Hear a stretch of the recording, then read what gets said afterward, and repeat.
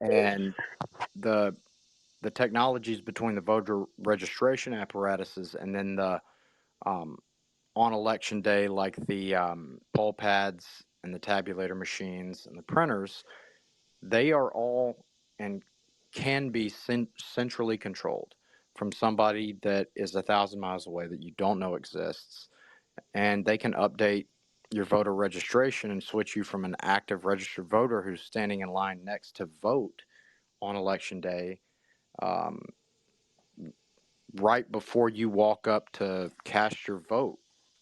And they can dictate that you end up having to get a provisional when you're like, no, I've been voting here for a long time. And they can do it immediately. So, what the real fight has to be, it's not just enough to vote in person on election day with paper ballots.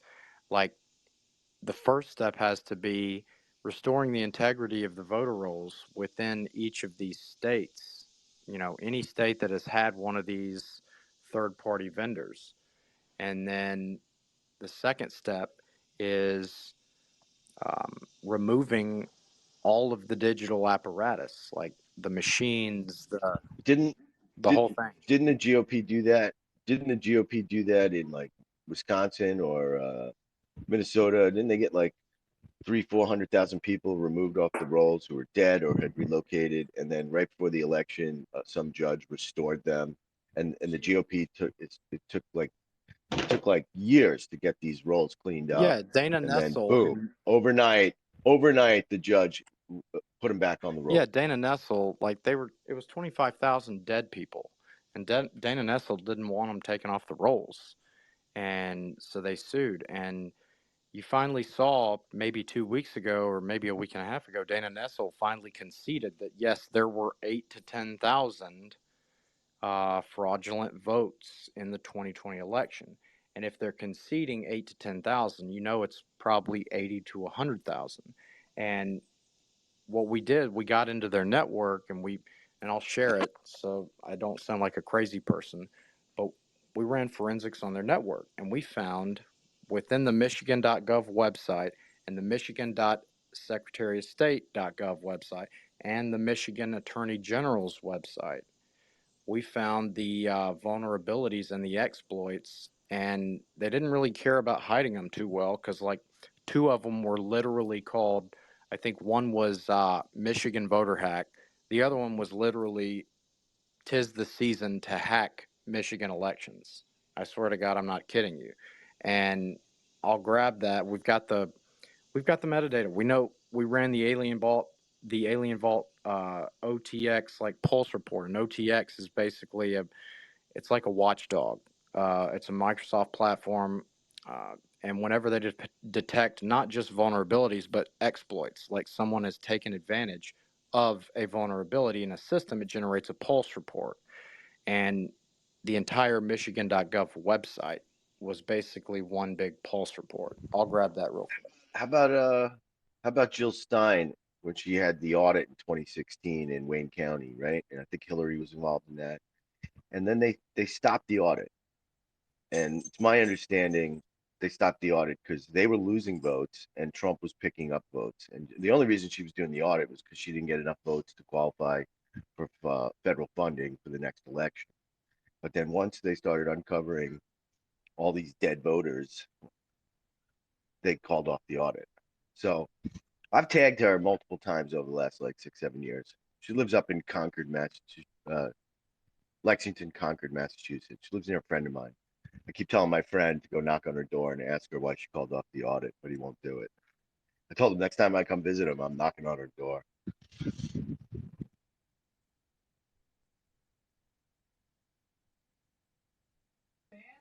Good morning, Ben. Hey, good morning, ladies and gentlemen, and Jonathan. Um, so I just had two quick, I guess, kind of questions, but a lot of people are now of the mindset where we can just go and vote early and play. We can beat them at their own game, And I'm not, I guess, shitting on anyone's action, because it's better than inaction. But with the amount of people that have access to the voter rolls and to basically, all these NGOs and all these other organizations that know who's voted based on the amount of people that go and early vote, they know who hasn't voted. So if they were going to try and do something fraudulent, doesn't the more people that vote early make that easier? And also, my other question was that we've never really been given an answer to is why you were able to see votes go down on the news sites that were getting their information, I believe, directly from Edison, which is like the final rung in the reporting or whatever. And I don't think that has ever actually, been explained as to why that is the way that it is. Because I didn't think votes were supposed to go down, and especially switch, like completely like even numbers from one candidate to another candidate. Those were like my two questions, I guess. Yeah, Ben, I'm getting.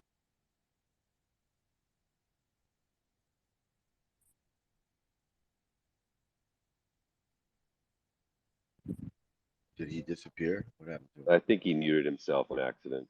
You can go and harvest 1 million votes or 2 million or 10 million. It doesn't matter if there is not a voter in their system in the registration database to match it. They can just discount your vote or say it was a unlawful vote by switching you to somebody who needed to be a provisional. And so we're not going to out ballot harvest them under any circumstances unless we get their voter data, like registration apparatus, out of their control. And then, And how do you do that when, like, what, 5 of the 7 states went Democrat in the last election, governors? So how you do you have do to that?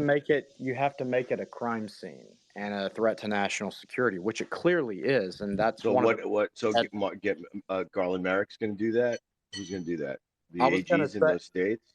I was gonna say that I actually think the Trump indictment might play into our hands, especially in a state like Georgia, because they all do the same apparatus. Georgia, Michigan, Wisconsin, Minnesota, Pennsylvania, and Arizona. They all have the same apparatus in the battleground states. Those were their, if we can capture these 6, then we can walk to the presidency kind of agenda every year. So you look at a guy like Peter Barneger up in Wisconsin who is suing right now Dana Nessel, suing Gretchen Whitmer, suing the Secretary of State. And I posted that forensic data for the Michigan network. That was posted, I think, 3 days before Nessel conceded the 8 to 10,000. Like, it's all there. But the Trump indictments, like, actually open us up to discovery. And I understand they're wanting to, Yeah, but give themselves time. discovery doesn't mean the court allows it into evidence. No, no, no. What I'm saying is, I understand. I understand they're wanting to kick it down the road for like 2.5 years.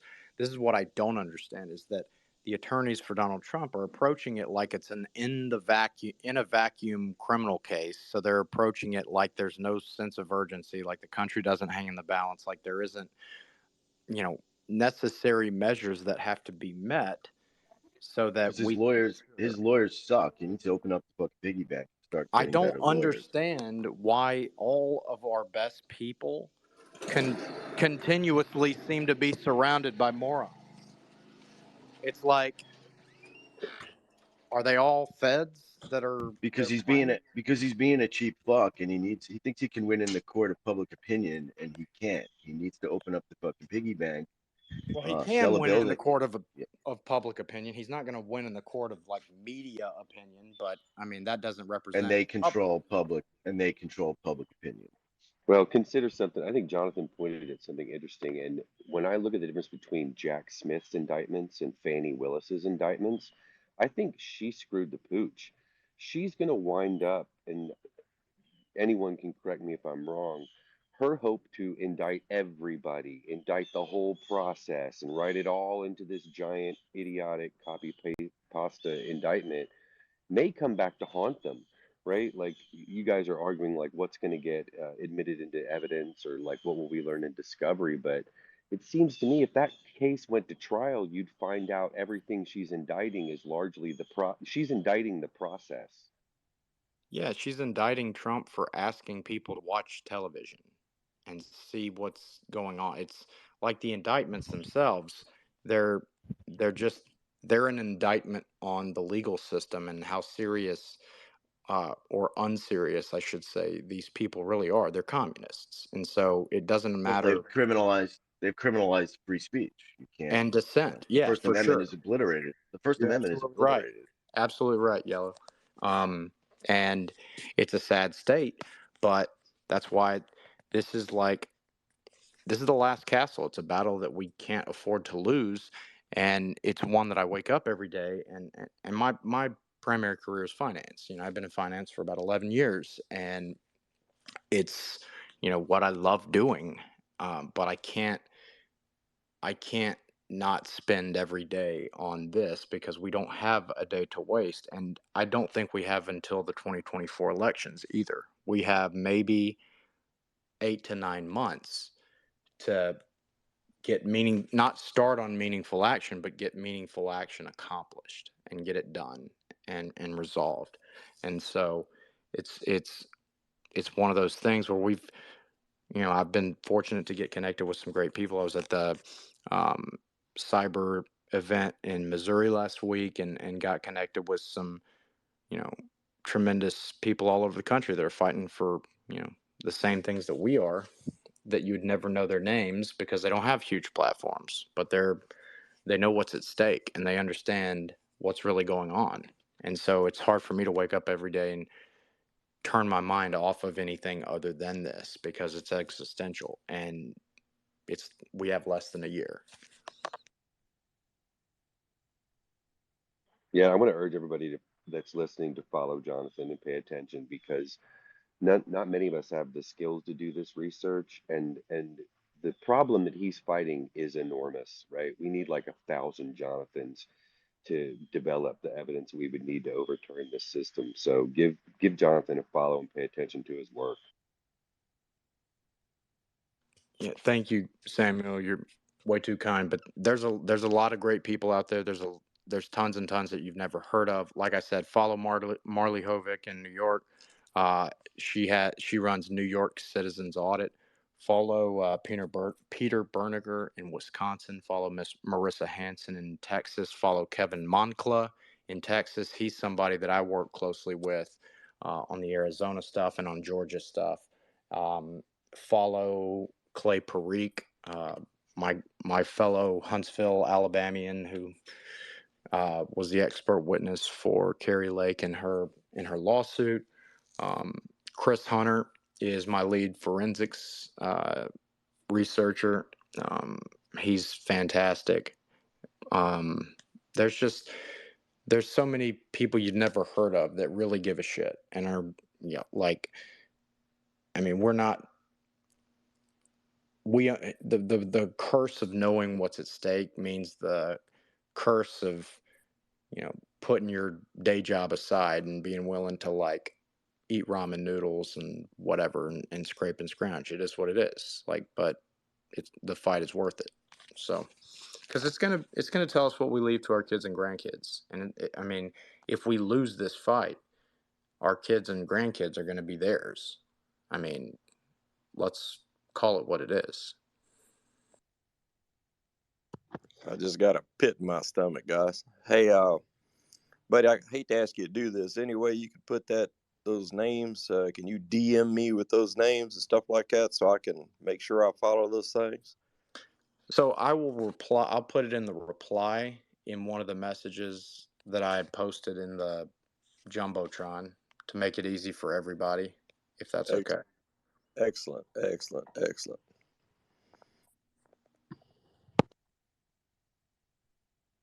Jonathan, when can we start seeing all this come to light? Seriously. I'm in the middle of typing these names, so I'm going to be going back and forth. But when you say come to light, As far as American you- people being able to see progress being made going forward, that this shit's going to be taken care of before 2024. the lawsuits are already ongoing in Wisconsin and in South Dakota, and in obviously there's the indictments that have happened in New York and in Georgia.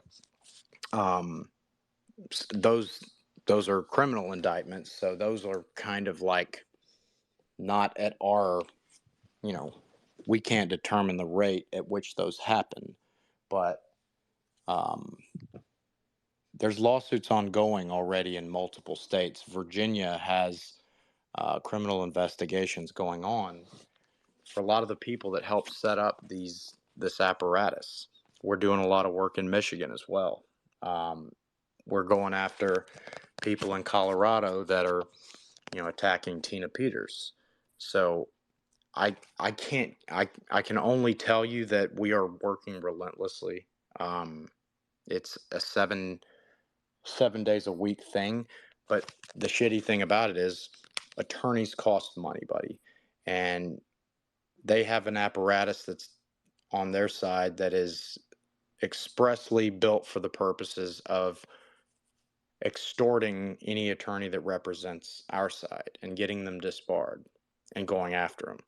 And so it's, if I was an attorney myself, I don't know, maybe one day I'll go to law school. I don't know, but I hate lawyers. But if I was a lawyer myself, I mean, I could tell you directly, it's getting filed tomorrow because I'm the one fucking filing it, but this isn't a situation like the Kraken or anything like that. This is not 2020.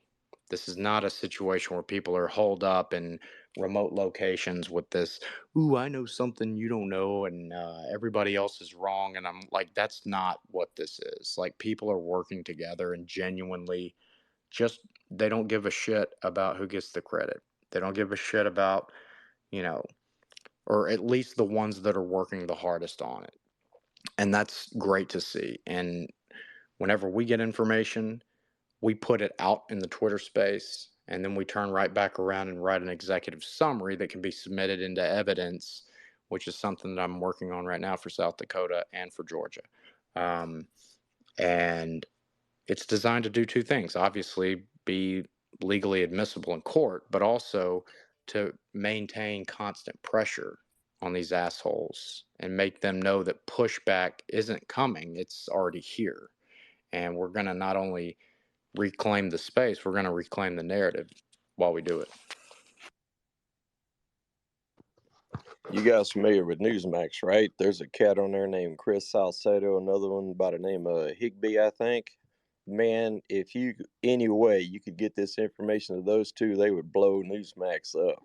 These guys don't care. They don't give a shit. Salcedo's a Texas boy, and I really think you'd be surprised the reach you would get and what would go on there, especially anybody that watches that and has Twitter. I mean, you could expand this big time, I would think. What's your opinion on that?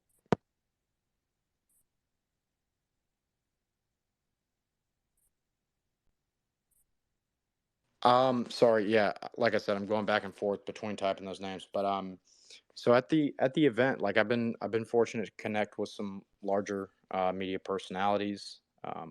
I got to have dinner with Emerald Robinson and her husband on Thursday, which was great. I got connected to the chair of the House Ways and Means Committee in Congress, Jason Smith, to help investigate the Ukraine money laundering thing with Sam Bankman-Fried and our tax dollars. I mean, that's a huge part of what factors into, the election stills in 2022, because a lot of those monies went overseas under the guise of Ukrainian aid, and they came back domestically to help rig elections. And Katie Hobbs got 1.4 million of what we believe to be laundered monies from Sam Bankman-Fried and his Protect Our Future PAC.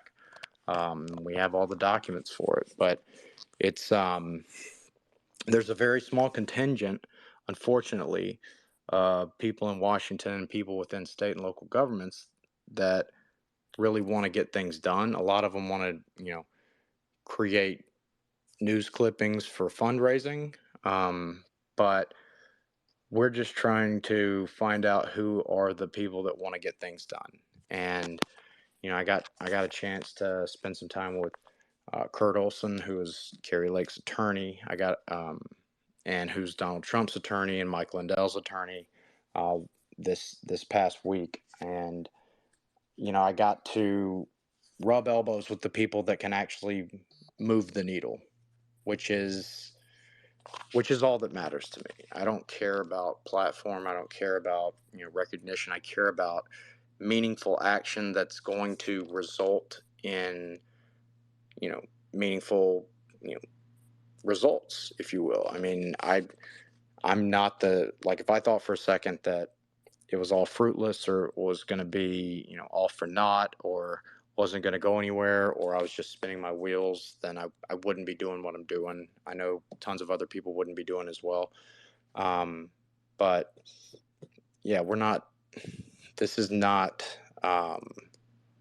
a situation of people are trying to sell tickets or get subscribers or raise their profile or what have you. I couldn't give less of a shit for that. I hope to retreat completely away from politics after all of this is done forever, once we've gotten this thing knocked out. What's up, Tap? Bishop, promo, top of the hour. All right. More important than anyone speaking.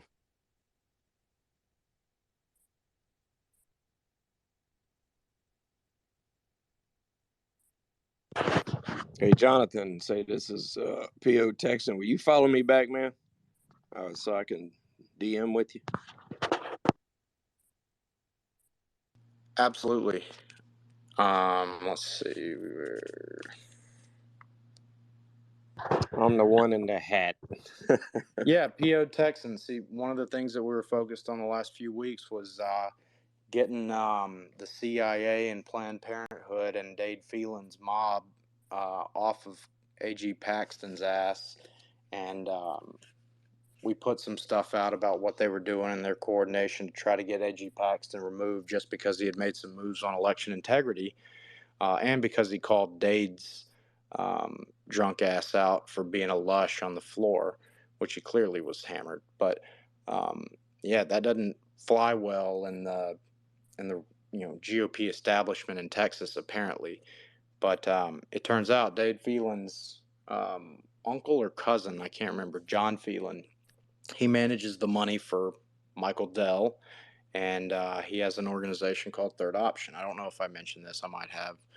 It feels like I'm regurgitating the same shit every day. Hey, Jonathan, hold on a second. Third option. 1 second.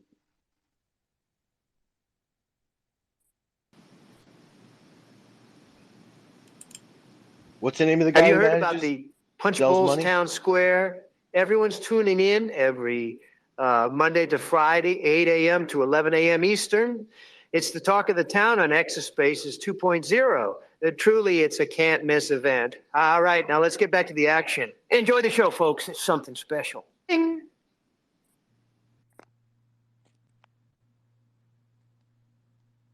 Go ahead, Jonathan. Yeah. So Dade Phelan's cousin or uncle manages Michael Dell Computers. Their money. He has a private organization called the Third Option, and if you're familiar with the CIA, their nickname is the Third Option. If you can't vote your way out of it or you can't use the military, then you go to the black ops people. That's what the Third Option is. Well, it's a group of it's a private NGO, 501c3 kind of organization that includes a lot of CIA and former CIA and other intel and operatives and private contractors doing black ops operations.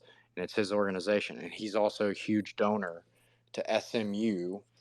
And when, Paxton called out Phelan for being a drunk ass on the floor, John Phelan recruited a bunch of his SMU journalist buddies to go and say, "Oh, I watched the video. It didn't look like anything." It was a coordinated assault on Paxton, and like Planned Parenthood is actually who started it. They drummed up a bunch of shit about AG Paxton, and 4 or 5 days ago, they finally said, "Yeah, we didn't find anything on those bribery charges." They basically made it the fuck up. But they also had their dirty laundry out in the open space now, so that, like, if people aren't familiar with Planned Parenthood, it is a huge Democrat money laundering, eugenics, and genomics, and oftentimes child trafficking operation. It is one of the biggest rackets on the planet. Clinton Foundation, Soros, Tides, Bill and Melinda Gates, like those people, the worst people on the planet. So, but yeah, it was the CIA, Planned Parenthood, and the Phelan Mafia. And Phelan's family has a company called Phelan Investments, does commercial real estate, and they rent out office space to the CIA, NSA, FBI, and other agencies. Like, this is all a true story. So that's what Pax was up against. But I think we're not out of the woods yet. But I think we've got him just about taken care of.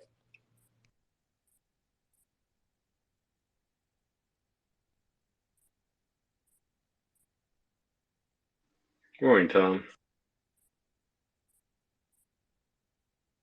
Oh, hey, good morning, guys. I don't have anything too serious to bring to you this morning besides the fact it's really hot down here in Texas, and I got a text message at 4 o'clock in the morning from my parents because cattle showed up in their backyard. They could smell the swimming pool from 5 miles away. And so my parents had to call the sheriff's department, and they had to bring the Harris County cattle trailer and roll it up in the driveway and get the cattle out of the backyard. So that was a good one. That's something you usually see on the news in Houston every now and then, cattle getting loose.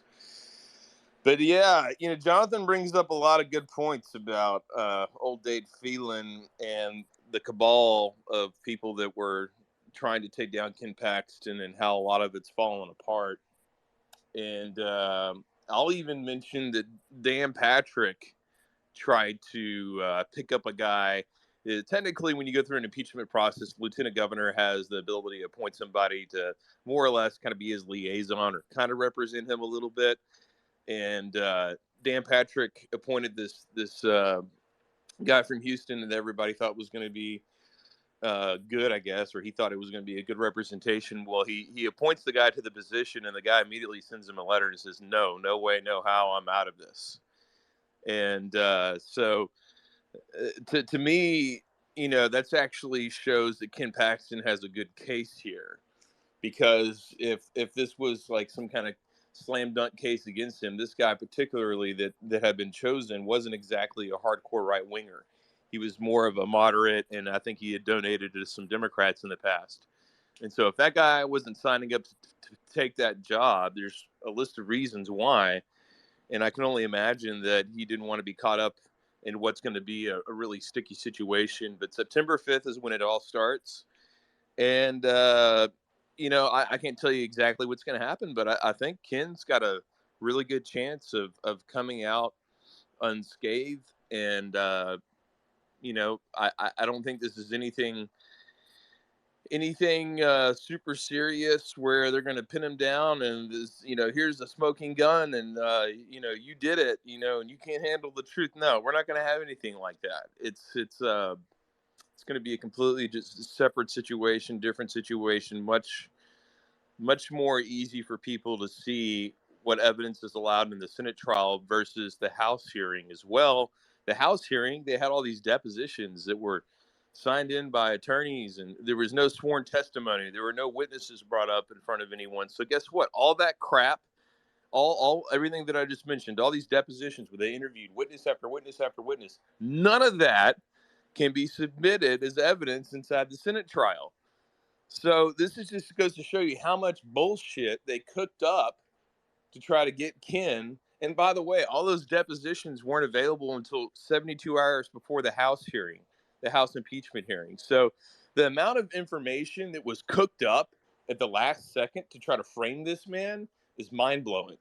And The Tom, none of that's going to be allowed in the Senate hearing. So it's going to be really funny, when they're going through a discovery in the Senate hearing and they're looking through everything and, oh, well, we can't look at that, can't look at this, can't look at, okay, well, what do we really have here, at the end of the day?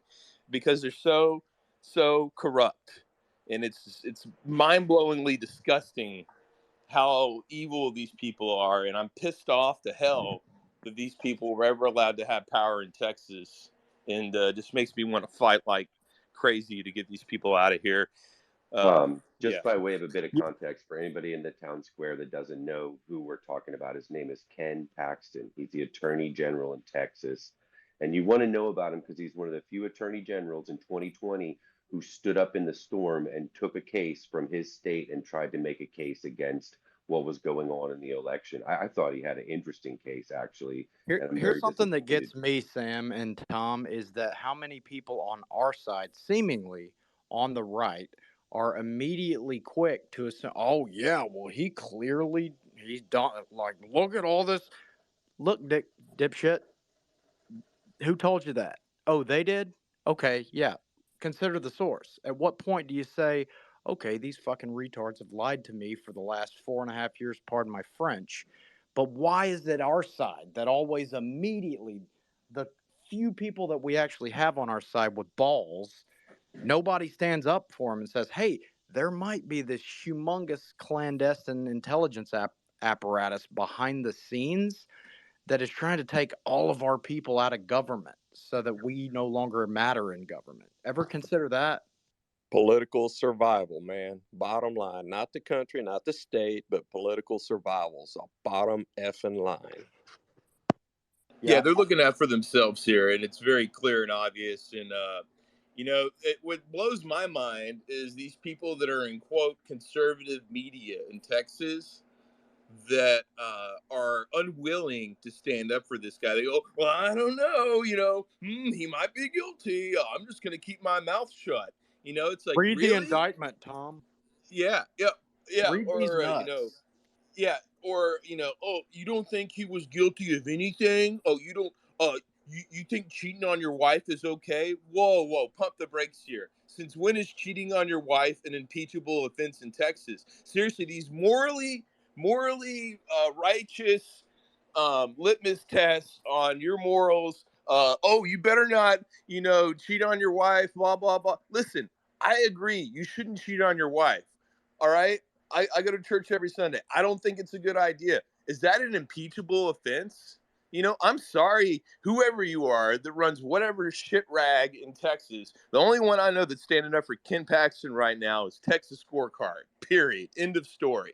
All I care Texas about my Scorecard and elected Michael officials Solzner. at Those are this the point. only ones. They're the only ones that give one shit about exposing this shit show, Texas Scorecard. I'm sorry. And people can say, oh, Tom, what are you working for Texas Scorecard? You're getting paid by Texas Scorecard? Oh, they're paying people $50 to tweet. Is that you? Is that the reason you tweet? No, I'm not paid by anybody. It's in my fucking profile now. All right? I don't even have a blue check on this motherfucker. You think I care about getting paid to tweet? Kiss my ass. Tom, I All got right? accused of being a Russian asset for going to bat for fucking Paxton with primary source documents. It wasn't even shit I just crafted. It wasn't hearsay. It wasn't speculation. It was like, look, retards, here's the information. Here's the documents. Everything that you're saying is bullshit. Like, what do you want me to? And the only thing at this point in the game, the only thing I care about my elected leaders, are they going to stand up for election integrity?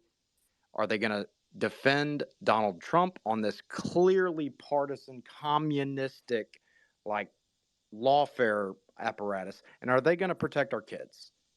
Those are the only three questions I need to know about somebody at this phase, because we are being waged war against without a single shot being fired. But I mean, Yeah. wake up. Yeah, it's sad. People are scared. They don't want to be wrong, Jonathan. They don't want to be, oh, well, I can't come out and say anything about Ken Paxton because if he gets impeached, I don't want to look bad. If he gets kicked out, if he's not allowed to come back and be attorney general, so much for standing up for what's right and morally correct, you piece of shit. Yeah, it's like read Jack Smith's indictment. Hey, listen, bitch, I'll give a shit about Jack Smith's indictment once the Epstein client list is unsealed. Till then, I'm not interested. I mean, this is a great show. Look, Jonathan, I'm happy this is happening in some regards because it shows me who's really cares about conservative policies and advancing this shit, and who's just in it for clicks, and who's in it for bullshit, and who wants to just sit on the line with their arms folded and not do anything, and just we're just gonna sit back and play it safe. This is a great test. The impeachment of Kim Paxton. It shows me a lot. This shines light on many people and shows me what they're really made of. This entire thing. So I'm happy it's happening in that regard because it's a lot easier to see who's full of shit and who's not now, thanks to this whole ordeal. The Kim Paxton CIA Dave Phelan mob stuff up in the nest because we went to war with these people back in mid-June, and it's like a barrage. But it was like evident from the jump that he had just gotten Texas out of the ERIC system. He had just started working on an investigation with the people that had gotten Texas into the ERIC system. And I don't know who the elections director was. I can't remember his name. You might remember. But he's not the Secretary of State, but he was the Secretary of State's appointed person. And that's a no-no in Texas establishment politics. And then definitely don't call out, the CIA's favorite Speaker of the House, from the Phelan Mafia. Like, fuck you. Like, you're not just going to openly just terrorize Americans with no pushback. Like, somebody has to do it. And thankfully, I've got some really brave and talented people that worked right alongside a lot of these Marxist assholes embedded within our intel agencies that are like, yeah, it's way too far gone. Because ain't nobody else coming to save us, folks. No one. I was telling, I think I see Tina Peters down there, and we got to meet this past week, and we were having a cocktail after the day's events, and she said something to me that was stuck with me. She's like, "We are the white hats. We're it, guys." And I thought that was so on point. Yeah, and Jonathan, to your point, so many of the characters that are important in this need to be better known, right? Like Dana Nessel has come up this morning, and anybody who gets access to Morning Joe that often, has to be evil, and they love throwing it to Dana Nessel. And then when I see Tina Peters, I'm reminded of Jenna Griswold, who I again saw on Morning Joe days previous at some point last week, right? And they love to go to people like Jenna Griswold, Dana Nessel, these evil young ladies that will literally do anything, right, to serve the system. Julie, jump in if you want to. Thank you, sweetheart. Yeah, you guys, it's I'm out in Prang Hawk 144, Julie. I'm in Chico, Northern California, Butte County. I wanted to jump in here on election integrity for sure. We're going to start impeaching people for cheating on their spouse. Let's put Kamala Harris up there. I mean, she cheated all day long with Willie Brown in San Francisco on her husband. So, yeah, let's put her up on the list. But yeah, this election integrity is definitely one of my hills. So I watched as much as I could of Mike Lindell's election summit, and God bless him. Again, I'm in Northern California, so Shasta County, we got them dumping Dominion, doing a hand count. I was over in Glenn County 2 weeks ago with their board of supervisors trying to push the same thing. And unfortunately, we're running up into a buzzsaw in the assembly here in California. They've got a bill that will make it illegal for anybody with over 1,000 people to do hand counts. So Glenn County's not moving until they see what the assembly does. So I'm pushing hard on Senator Brian Dawley to try to do what they can, him and James Gallagher, to stop that. But it is what it is. So part of what we presented at Glenn County was the Transparency Foundation's report proving fraud in the 2022 election here in California.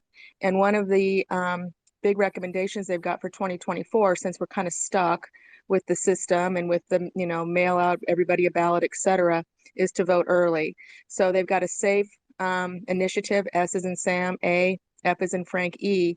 So S meaning send in or, walk in your ballot day one of the election, what we have is a season here.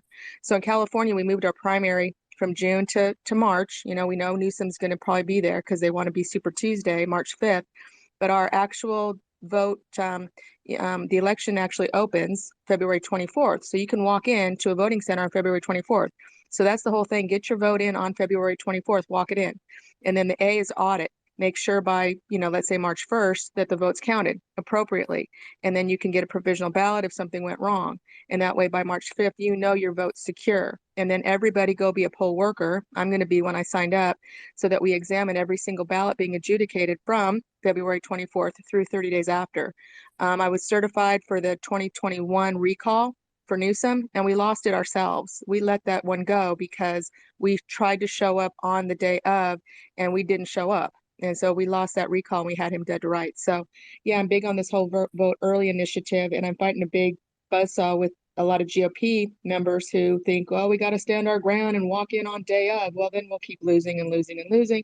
We got to mess with the algorithm. We got to, and now Ronna McDaniel just came out with her bank your vote early thing too. So we're getting some cover. And I think Trump even said it in one of his speeches. So it is what it is. We hate it. I wish we did have, no systems, no funny business, hand, ballots and all this stuff, but we got to work with what we got to work with. We got to flood the zone. So I'm off to megamission.org. That's my space that I run Tuesdays and Thursdays, and I go support Marlon, but I wanted to jump in on election integrity here while you guys were talking about it. Thanks.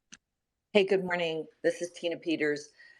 Thank you guys for all you're doing. And Jonathan, thank you. Really appreciate you.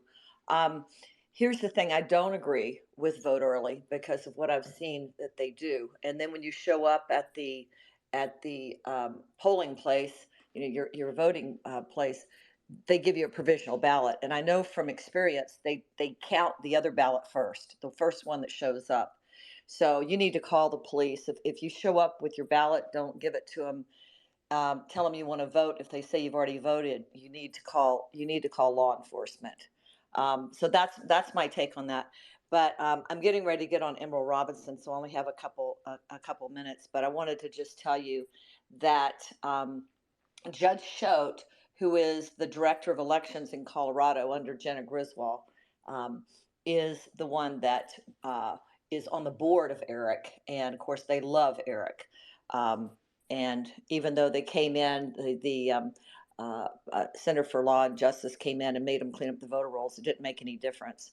My thing would be when I was running for Secretary of State was get rid of, just wipe the thing, and then tell people they need to come in if they want to vote in that next election. They have to come in, show their ID, and register to vote. We do that every year with our registrations for our cars and everything else. But that was, I watched my race being stolen by a CTCL director and the secretary, Pam Anderson, right in there with Tiana Epps Johnson.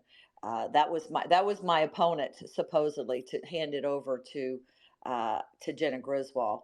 And in a three-way race, I was 47% in the polls right up to election day, and then I was 62% in the GOP assembly. So there's no doubt we were watching them flip votes the night of, 11:30 at night when the staff had gone home at 10 in one county, and so on and so forth. But what I wanted to say was, yeah, we are fighting these guys. I am. They never miss an opportunity. I have 700 articles on the front page above the fold in my town. Of course, the picture of me speaking at the Lindell event was featured on the front page with a headline, Tina Peters is a flight risk, because I asked to get my passport back that they've taken because of the indictment that they've taken. And I just wanted it back for an hour to go to TSA to be able to not have to stand these long lines when I'm traveling. Last year, of course, the request for travel to go to my to the premiere of my movie selection code was not granted, and it's because I would be celebrated as a hero, he said, and it was the most egregious travel request that the DA had ever gotten. Well, He let a guy with 26 pounds of fentanyl out on probation, but they're going after me, at the bequest of Merrick Garland and Jenna Griswold with all guns. But what I wanted to say is really this: I'm leaving in just about an hour and a half for the airport to go to Texas. And I'm speaking at an event in Kirk County. There's a commissioner down there. I'm talking to commissioners, clerks, anyone that I can. It's starting to crack open. People are listening. These good elected officials are starting to listen. I see critical mass happening, but I want to have more information. So Jonathan, that's excellent what you're putting out. I appreciate that. So I'm speaking at this event, but it looks like um, the other appointments that I have are not coming through in Texas. So if anybody needs me in Texas, I'm going to be there. I'm flying into San Antonio today.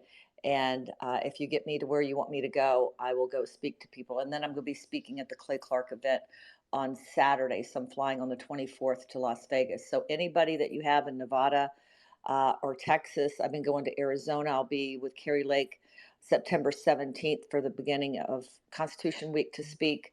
And I've been out in California. So anything I can do to shine the light and to talk with these people, I'm happy to do so. I just want to put that out there. I'll text with you. I'll tell Emerald I said hello. I will. Yeah, Tina, it's Julie. You know what? I was horrified watching you get drug out of your house. And are you still fine? I mean, do they still come at you like that with follow you around and do all that nonsense? Oh yeah, yeah. Well, they kept me from traveling for a year because they didn't want me to, speak at events and that sort of thing. So I just adapted and I just zoomed in, to all these events and actually, I was offered my own show on Badlands Media and so I'm on there on Monday nights, and then Lindell has offered me 5 days there. So I'm speaking loud and proud. General Flynn told me, he said, Tina, 2 years ago, he said, the safest you'll be is if you're vocal and visible. And, here's somebody that doesn't like to be the center of attention, doesn't like to to be in the limelight, and that's what God's called me to do. So, they are, oh yeah, they terrorize me every chance they get, with the latest being on MSNBC with Jenna Griswold showing my picture saying we have to be careful for these insider threats. And, she's blasting my picture and talking about how states all across the nation need to be locking down their elections. What they mean is locking them down so you can't see the fraud, but because of insider threats like Tina Peters. And she's saying it right out on MSNBC. I've been on Rolling Stone, MSNBC, WAPO, all of them. She just uses me. And that's why they want to send me to prison. They want to send me to prison so that I can be the poster child for if you speak out against elections, then this is what will happen to you. So I don't think they're trying to kill me any longer. Like I did, like everybody did when I had 24/7 security in the beginning. But I think they just want to use me as the infiltrator of elections to, they've already tainted the jury pool here in Mesa County, with 700 above the fold front page articles about me. So They need you as the cautionary tale. That's what they want. They want to use you like they used January 6th. Exactly. We're not going to let that happen, by the way. Thank you. I appreciate it. But let me, I'll get off now because there's plenty of other people that want to speak. But any way that I can help, if you arrange it, I'll fly there, speak, do whatever I can. This is my life. I get very few hours of sleep a night. I get up in the morning and I go. I haven't had a job since my term ended in January 10th. So all I ask is people cover my expenses and donate to my legal defense. So that's what we're doing. And, I'm working with Kurt. You mentioned Kurt Olson, working with all those. We're looking at doing a civil rights case as well. But as well as my criminal defense trial and ethics violations, they pile it all on, Jenna Griswold, that's the thing is Colorado people are leaving Colorado alone, but Colorado is the birthplace and of Dominion. I mean, that is where Dominion is domiciled, and the ERIC system, Judge Schote, like I mentioned before, that helped David Becker start that and is on the board. So this is a very, if you've read the Blueprint, which is a book that was written about the Gang of Four and how what they did was, so they wouldn't have to go through campaign finance, they started NGOs, and all the billionaires and millionaires funneled money into these NGOs, so they didn't have to be accountable for it, and they could fund these candidates. And of course, it's gotten a lot more sophisticated since then. But Colorado is a real stronghold, and with Jenna Griswold being the chair of the Democrat Association of Secretaries of State, it's her and Jocelyn Benson and Katie Hobbs and Raffensperger, all those criminals that band together. So what you see happening one place, you'll see it happening in another. So it's something to look at. And Senate Bill 22-153 actually usurped all of the elected powers from the 64 county clerks in Colorado and centralized it on the Secretary of State. So even if the clerks decide they don't want to certify the election in their county, the Secretary of State can override it. They can make rules that you can't do audits. She calls them fraudits. Most partisan Secretary of State I think I've ever seen. They're communists. They're communists. Yeah, you're right. Soros funded. Yeah. Well, Tina, thank you very much for coming up, and do us a favor and give all the hosts and co-hosts a follow. Would like to see you come back and keep us informed on what's going on with you. But I found today's topic with you very, very interesting. So please come back and see us. You bet. Thank you so much, you guys, for doing this. Appreciate you.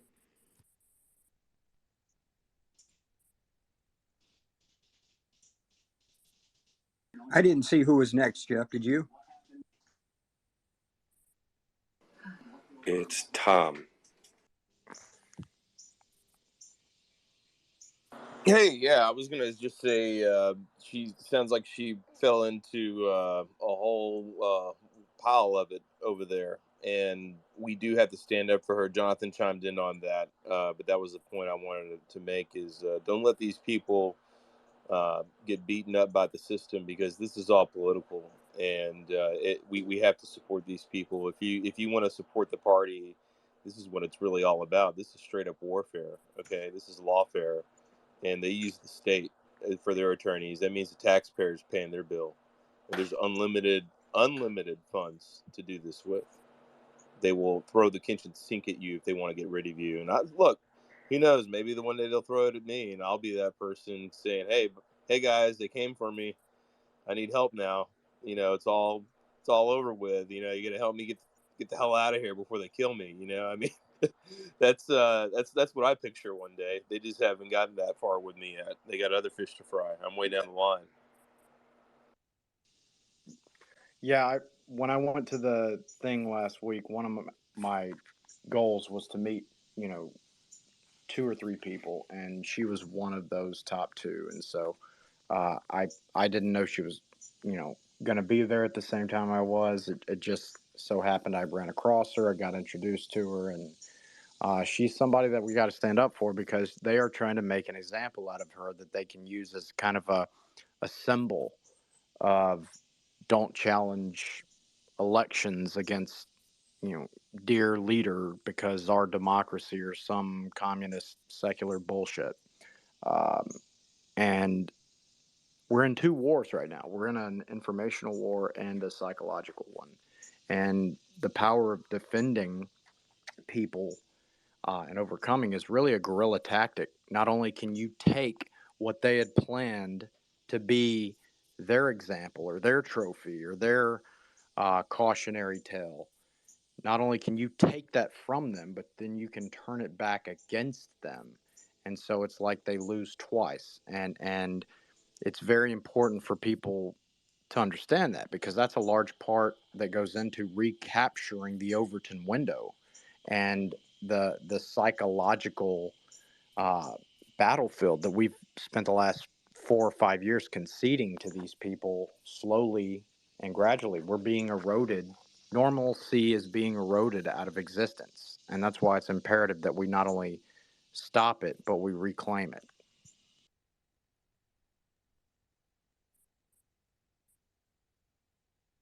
All right. I stepped away for a second, so we're on the honor system, folks. Who's next? I think it's going to be Lori, I believe. Hi, y'all. Lori Gallagher. I spoke for Texas at the Lindell Summit. Tina, I'm looking forward to seeing you on Tuesday. Thank you so much for speaking out. And I wanted to tell y'all what kind of opposition that we're facing. That, if you imagine you're trying to get the machines out, right? That's the whole system is moving to protect itself. And go against getting the machines out. And so it really is the tip of the spear issue. And we have people that are terrified to step up and help with elections because of the examples that they've made out of Tina and others. And so we really need everybody to step in and start auditing and participating in our elections. And if that's volunteering as a poll worker, a poll watcher, a counter, a citizen auditor, an election investigator. Most states you can request your election records and start diving in. You don't need to be part of a group. You don't need to join an election integrity team. You don't need to join the Republican or Democrat parties to do it. You can do it independently and request how we discovered our elections are unknowable and unrecoverable in Texas was through Public Information Act request of the emails. And so we got it all in the emails with the election administrator talking to the voting system vendors saying that, hey, we need you to write a script from Florida and deploy it here on our machines during a live election to hide voting system deficiencies, right? So we've gotten all the evidence in the emails, and any citizen can request those, and we need more citizens requesting those records and getting involved. So support Tina and all the election integrity folks, because it's a lonely battle and we need everybody in it. Thanks.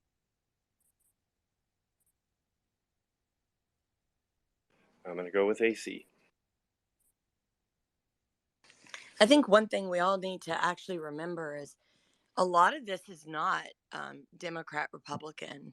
The communists or people who are more socialist have teamed up with very, conservative individuals. The issue is it's globalists, right? So we've got individuals who are very upset at what Trump did when he was in office because he saw our industry gone, the opioid use out of control, Americans, the middle class struggling. And he said, what's going on here? Okay. Oh, our industry is all overseas. So he started to put taxes and talk to them and say, bring your car companies back, bring this back. And for the ones who are more, stubborn about it, it was because of the slave labor that they were attaining. So that's why you'd have companies like Apple and these bigger entities who need mining from children. And the most amazing part is you had actual Americans getting upset for these companies because they didn't want they didn't want us to know how much money they were saving by hiring slave labor, but also they didn't want to pay the same amount of taxes that we have to pay with importing and exporting. They wanted to be held like a god, that they could shortcut every which way and then still play the IRS game where they paid minimal taxes compared to others, as they would be the ones that were the bastion of truth who told everybody, taxes are very, very important. So you had a lot of these guys who have invested globally, who have major business ties globally, and who find themselves to either be conservative, all over the gamut. It just depends on where their money is located. And when Trump threatened that, the globalists started, holding hands with the socialists and the older, bigger, bigwig conservatives like the Mitt Romneys and the old guard. And so that's why they wanted to take him out and decided to work together. So when we just put it like, oh, it's the Democrats versus the Republicans, or it's these people saying they want to save the democracy. Yet we cannot forget that it, democracy is the last thing on their mind. It's save my corporation so I can make bukus of money, have a global agenda where I run the gambit and treat other nations' peoples like crap because I can get away with it, while shortcutting Americans, putting my money in an offshore account, and watching the middle class dwindle. And the man who comes and says, I care about those people, are the ones they act like is the boogeyman, and then they tell you he's the globalist, and then they tell you he's a Putinist, and he's a every freaking thing that they can come up with.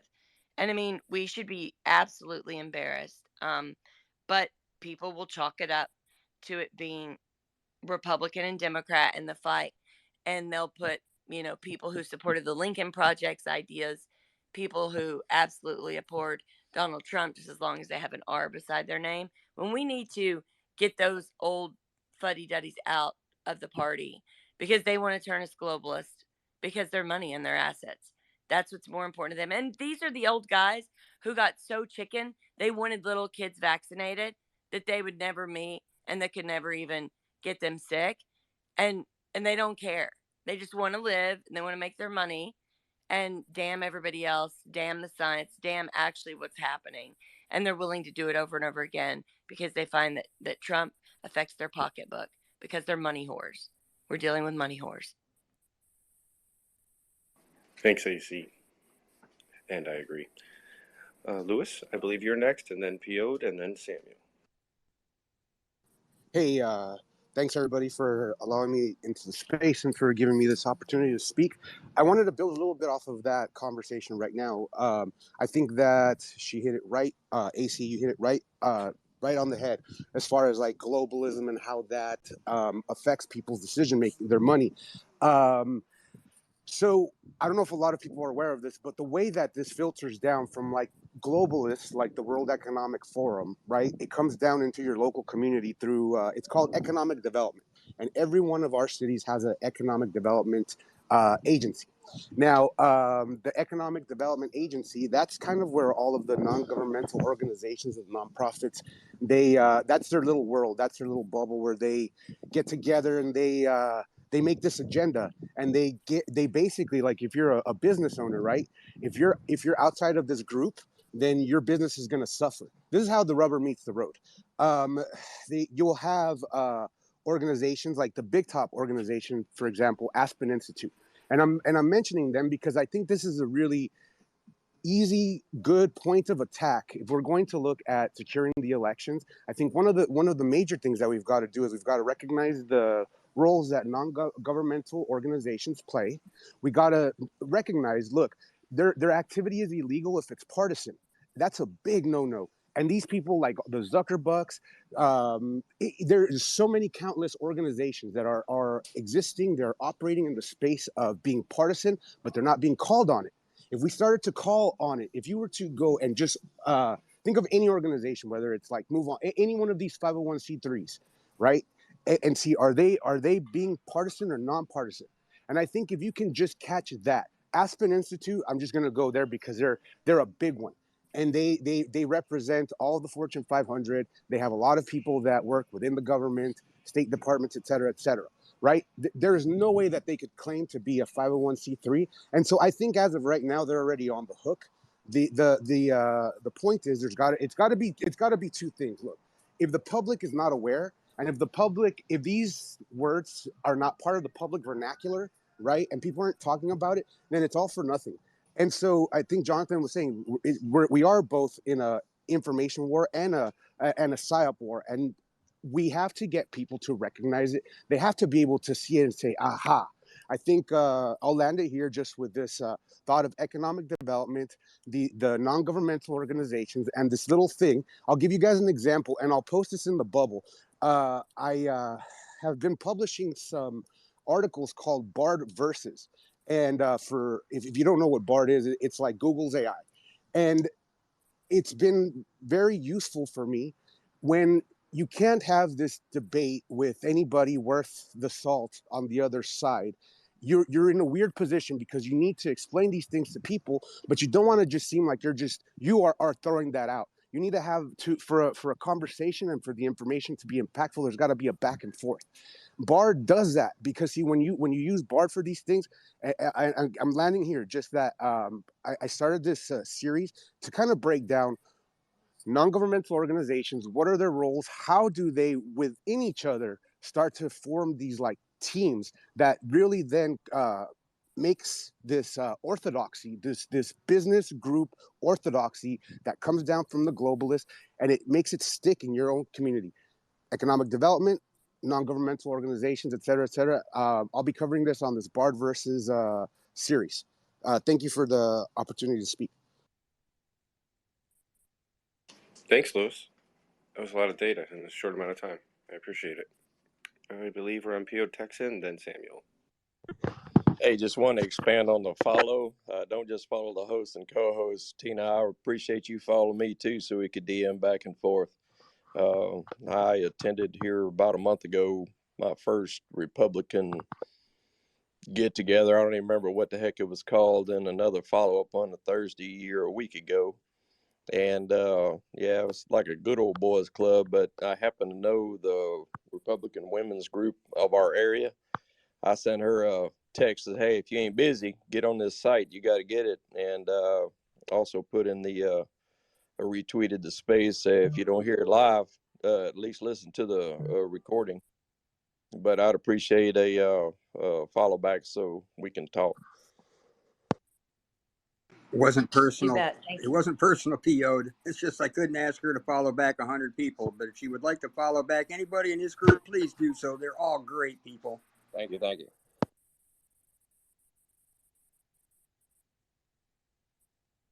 Samuel?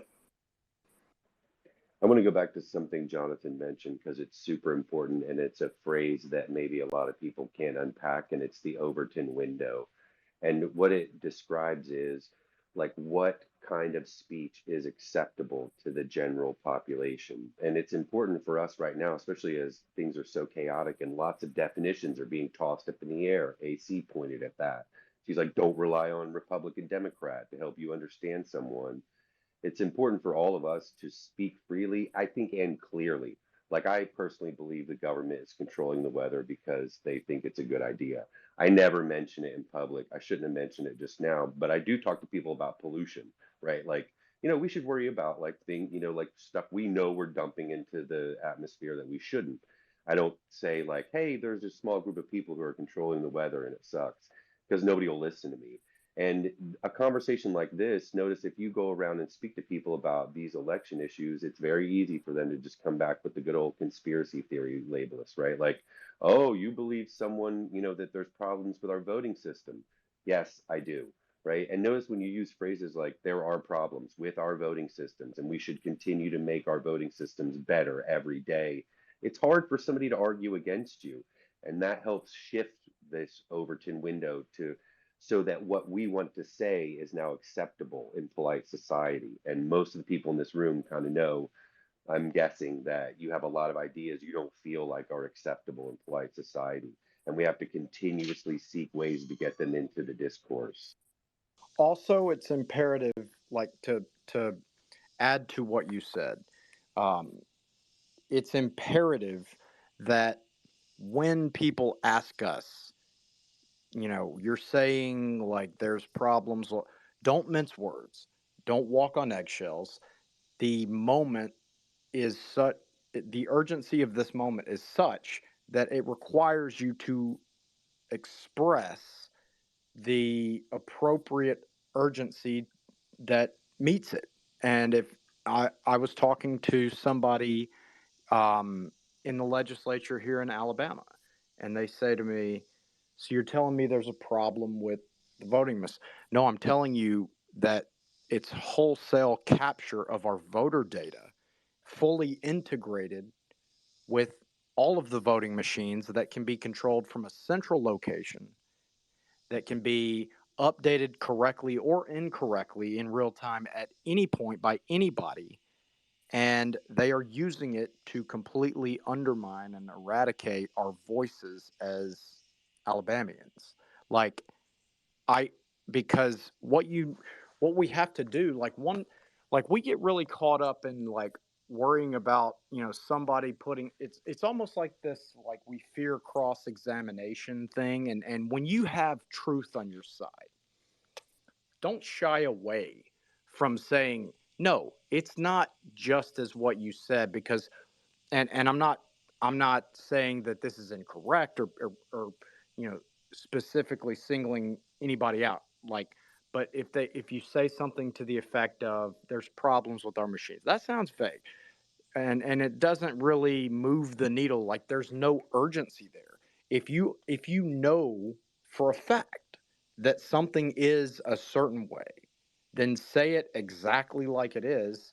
And because it's like sales, you're translating your certainty to the person that has the ability to take advantage of it, whether they're a buyer in the traditional markets or they're somebody that needs to buy whether or not you're full of shit, or if the information that you have is valid.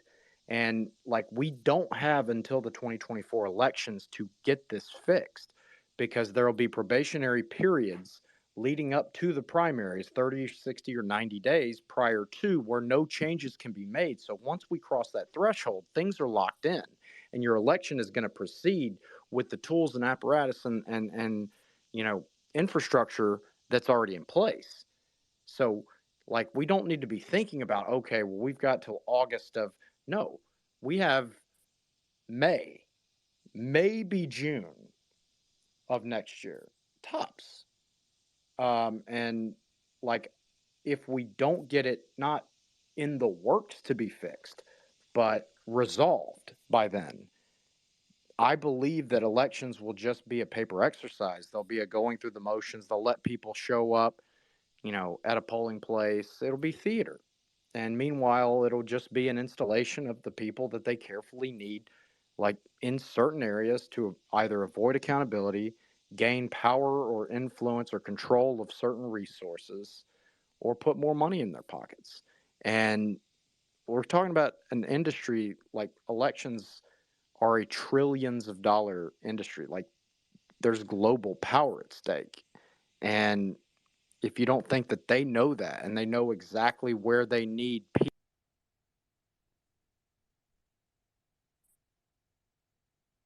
Oh, we lost Jonathan. He went right down in the swamp. Walked in his backyard and lost Wi-Fi. He doesn't Bully, even spiral, man. He just crashes. yeah, fast. It's really weird. Bully, you're up, buddy.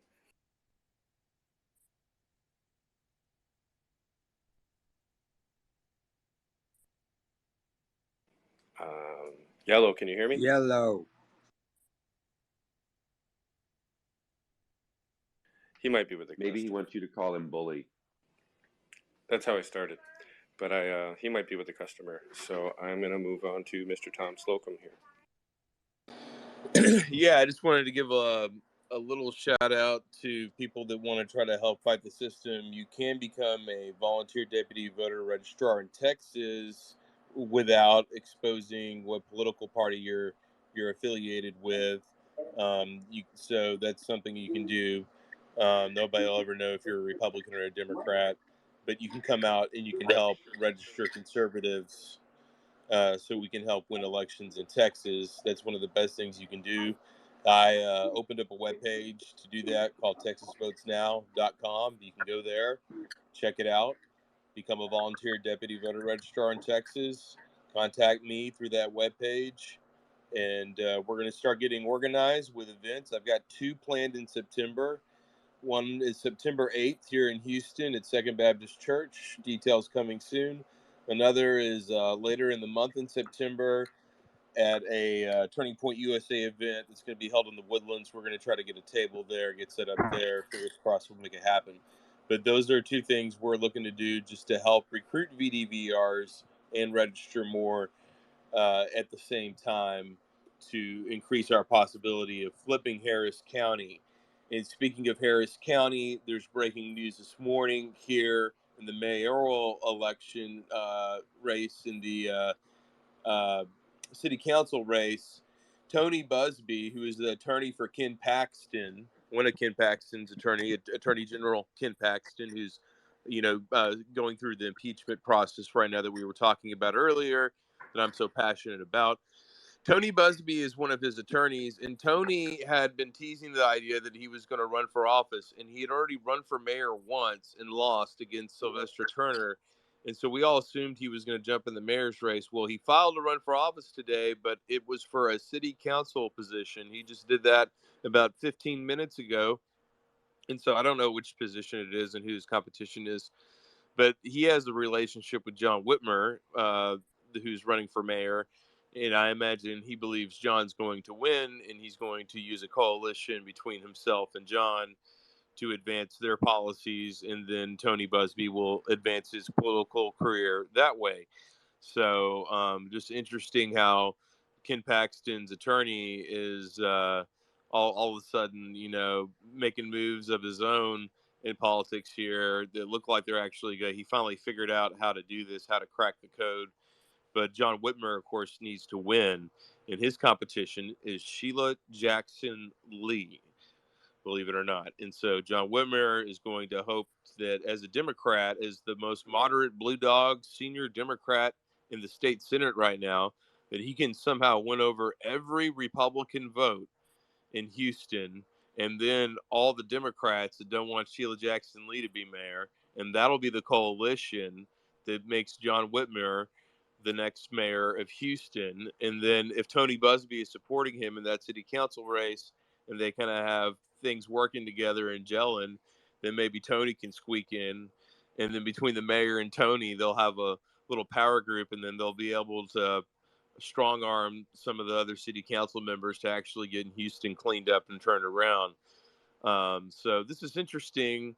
This could be the beginning of a new light for Houston, turning the door around for Houston if John Whitmer is able to give these Republicans. And it's fascinating to see this guy, who is definitely a Democrat, show up to Republican club meetings in Houston, John, and sit here and talk and tell Republicans how much better he is than Sheila Jackson Lee. And hey, this is all we got, and he won't do us dirty, and he'll do things way better, and this is what we got to do, So it's a very interesting time right now in Houston, and I'm hopeful that we can get more Republicans registered in the process, and maybe we can tell them, listen, we can't have Sheila Jackson Lee, please register to vote, come on. So this election's coming hot and heavy, and the deadline to file was today. Election coming up November.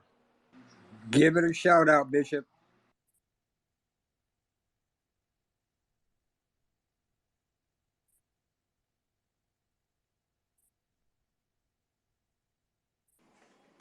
Hey, since I'm Texas, I can piggyback on what Tom was talking. Okay.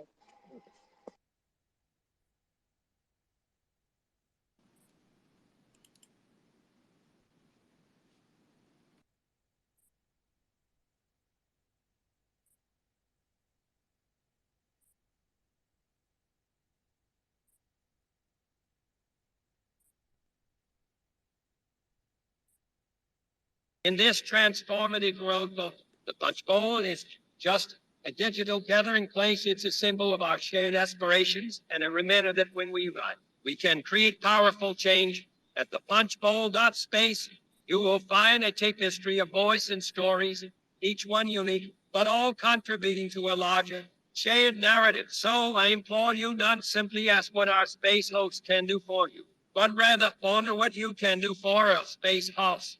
Engage with them, share their message, and make sure to like and repost. Let us together amplify the spirit of the Punchbowl for all to hear.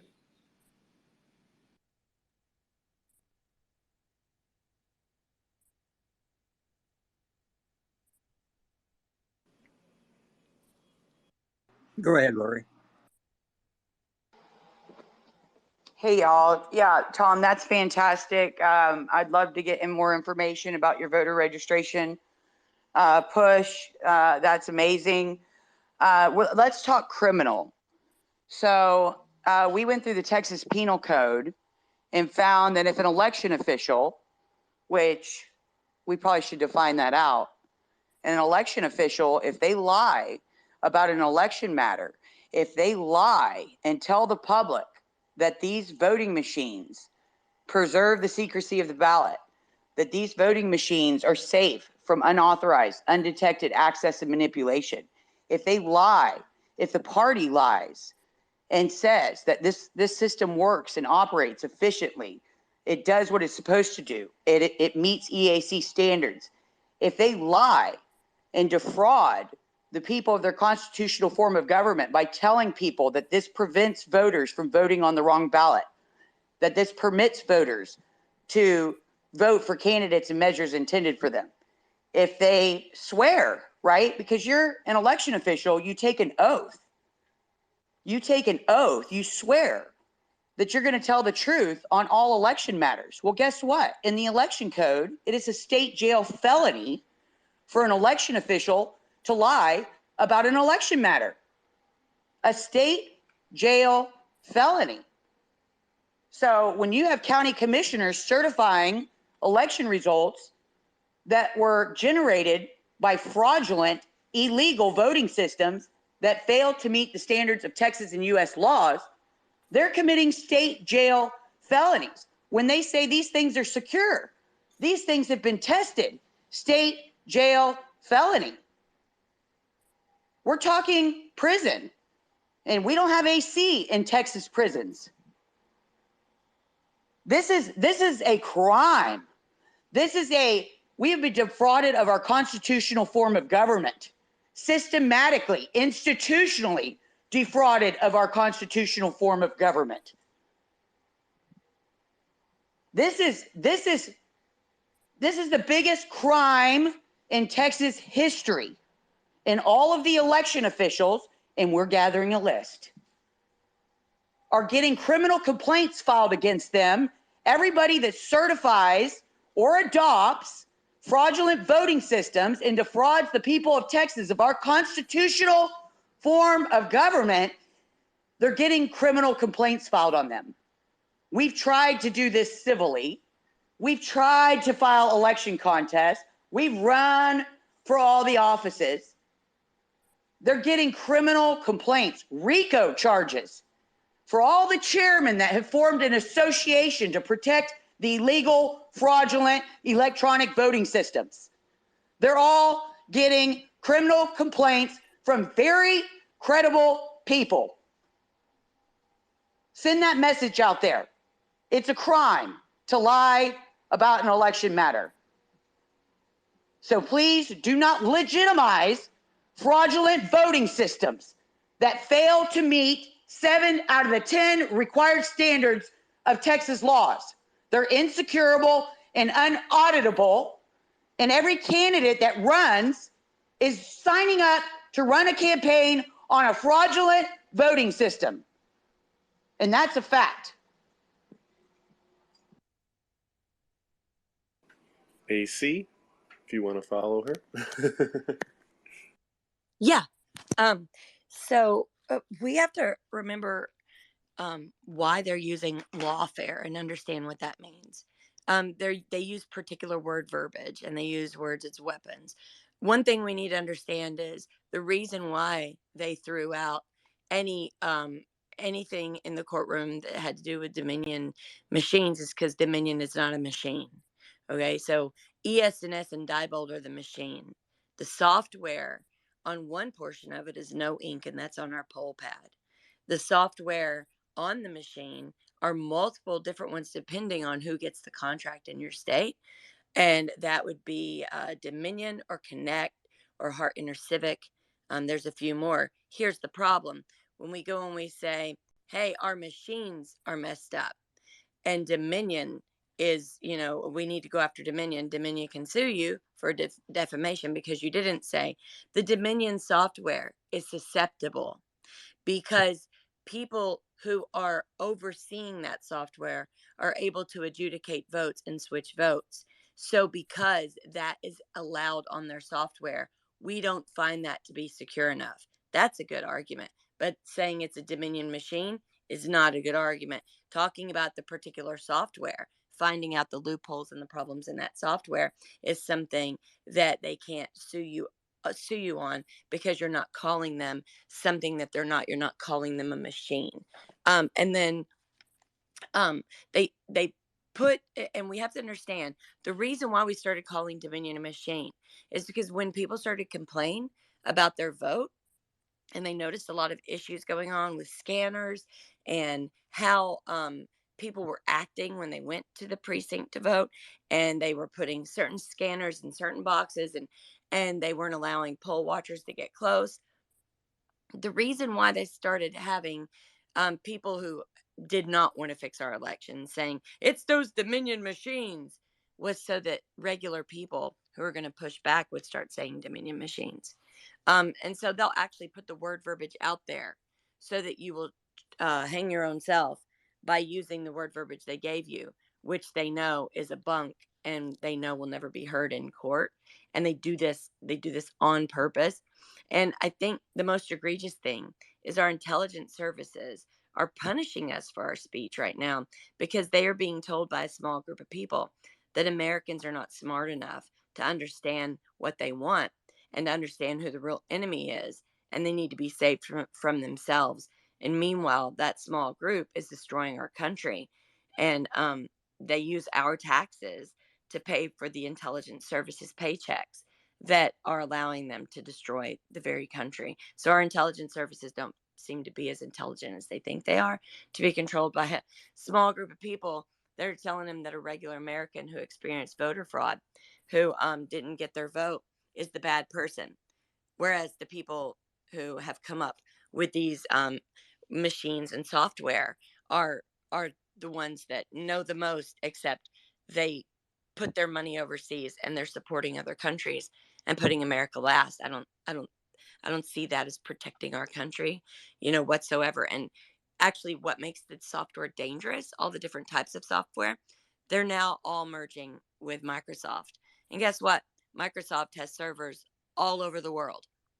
And Connect, the guy who actually had a server in China, which was part of multiple states' software, they moved from China to Malaysia after he was let out of jail by an individual named Mike Lee, who wants to move Silicon Valley to the Netherlands and who helped Obama during his run by doing on his an Apple app. And this guy's only 38. He's worked in Silicon Valley. He's worked for BlackRock. He designs software. He has Crunchbase and Linode, which are software companies with servers all over the world. And there's this contingency and group of people that, helped to kind of unmantle Silicon Valley Bank by maneuvering and moving funds around. And what they don't understand is Democrat Party thinks that these people are helping them. The Republican Party that are part of the establishment think that these people are helpful when all they're trying to do is move larger corporations and larger entities to different parts of the world, such as the Netherlands. So our intelligence services aren't even paying attention to that.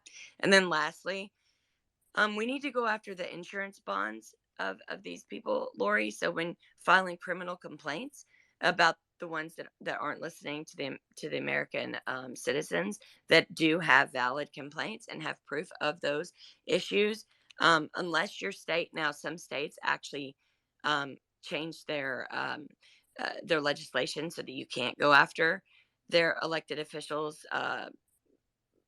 insurance bonds, but you need to check because that's something that makes them panic, is because if you go after their insurance bonds, they can't be insured, so they don't want to partake in the shenanigans because they don't want to get sued. Hello. Al, it's on you, buddy. Good morning, Punchbowl, all patriots. So here's the deal: we need to hope when Congress reconvenes here in September that they try to go after the impeachment for Biden, the GOP. That's what the plan is. Now hear me out. I think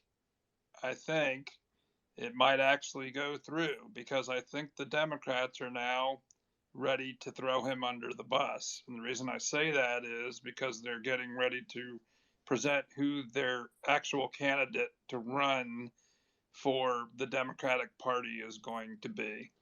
So everybody knows if Biden gets impeached, then it falls to Kamala Harris, which would be absolutely horrible, right? But yeah, so it's the lesser of two evils, I guess you could say at this point in time.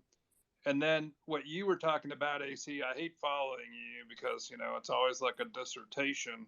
And I just have a hard time keeping up, but, I love you. And what I was going to say was, as far as the elections go and stuff like that with the electoral ballots and these electronic machines and everything, it all falls back on constitutional law, people. The legislators are the ones who can actually declare that there was election interference and that it was fraud. If they do that, they can reserve the right in their state to actually vote on who they want to be the president. The problem is the GOP did not stand up for what they should have done, and people don't have the cojones or the balls to do what needs to be done in this country because they're all afraid. They all have their own political agenda. Okay? That's the bottom line. They're all looking out for themselves, right? They're not looking out for the American people. They will take your money and your donations and everything else, and they'll promise you the world. But the thing is, when it comes down to reality, what are they really doing for you? That's what you have to look at. It takes somebody to stand up and say, hey, we're not doing this, not on my watch. And that's what Trump's trying to do right now. He's trying to wake everybody up in America to tell them, you know what, if we don't take this country back in 2024, we're all headed to hell in a handbasket. So get in line, get behind him and back him because he is, he's trying to save this country. Think about it. Why would a multi-billionaire even want to be president? He could step down tomorrow and say, hey, I'm not going to run for president. And they would drop every single charge on him, I guarantee you. But they fear what he knows and what he knows about other people. And that's why they're trying to stop him. And I'll land my plane on that. Everybody have a great Monday. God bless America. God bless our troops. God bless everybody in here. Thanks a lot, Al. It's always good to hear from you, buddy. Samuel, go for it, man. Thanks, Jeff. I'll say this to Al and then make a quick point, and we can argue if he wants to. Impeachment of Biden is a waste of time, and I am skeptical of anybody who is putting energy and time into that because it's a waste of time, and it's a game I think that folks should resist trying to play. And really, just by way of back to sort of language, the phrases, it is what it is, and at the end of the day are taking over our conversation. I don't know if you have, I have. And if you catch yourself saying it, think about what it does to your brain, because I think somebody has programmed us to use those phrases over and over again. So we're all just like, it is what it is. Like, what am I going to do? I mean, at the end of the day, because at the end of the day, you go to sleep. And like, if it is what it is, how are you going to change it? And if you tune in, you're going to hear these phrases everywhere you go today.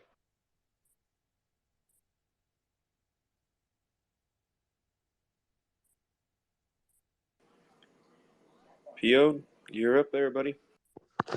Well, I'm trying real hard to be the Democratic candidate, and I just wanted to tell you I would appreciate your support.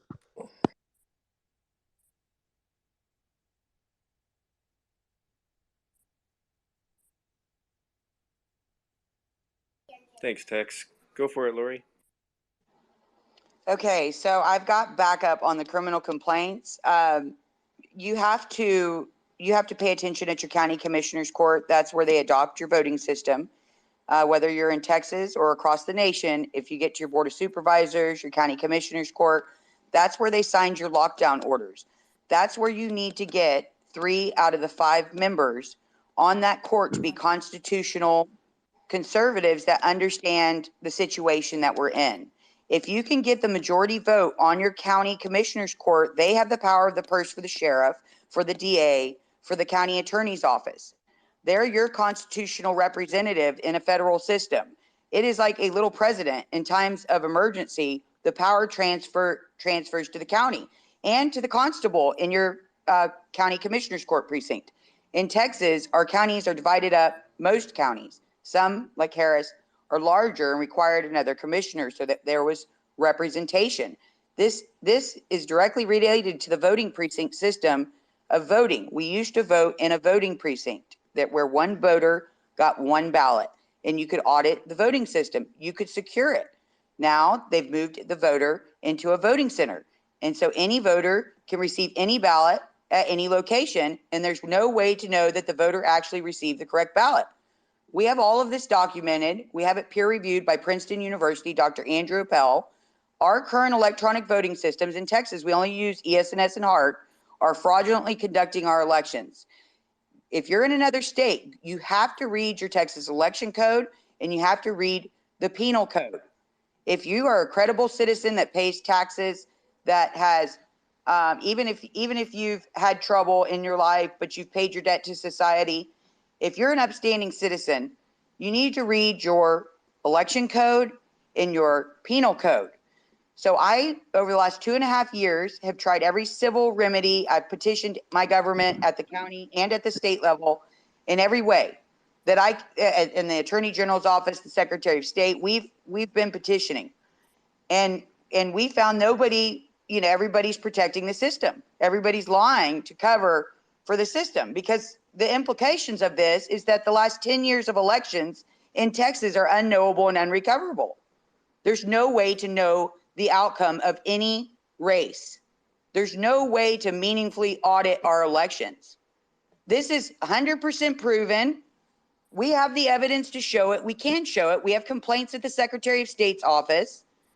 We've done all the petitioning. So then we went to the district attorney's office and we handed them a 50-page part 1 criminal complaint documenting all of the election code violations, criminal code violations in our complaint. Within 2 days, first time, within 2 days, the Executive Election Commission hearing was set. And that is the 5-member board that hires and fires your election administrator if you have an election administrator in your county. It's this 5-member board. After 2.5 years, we've been begging for that board to be called, for that hearing to be set so that we could show how our election administrator lied 13 times, documented and transcribed in court records, in county commissioners court hearings, and the emails. We got the emails showing that they knew that voters across the county were getting the wrong ballots, and they continued to conduct our elections with these systems. So we got the emails. We file a criminal complaint with the district attorney's office. District attorney calls the attorney general and says, I'm going to have to step out of this and pass this over to the attorney general's office, the Texas Ranger Division that's in charge of election investigation. Why would Christopher Davis, the top election administrator in Texas, lie 13 times, 13 state jail felonies? Why would he lie to the public that these voting systems were giving the voter the correct ballot? He said it many times. Oh, we're certain the voter is getting the correct ballot. Well, he's lying because what the evidence shows is that our voting systems are fraudulently conducting our elections, and he's trying to hide it. And so it's not if your election official will lie, it's when and when you're going to catch them. And so don't write a letter to your representative saying, please represent me. Oh, I'm upset.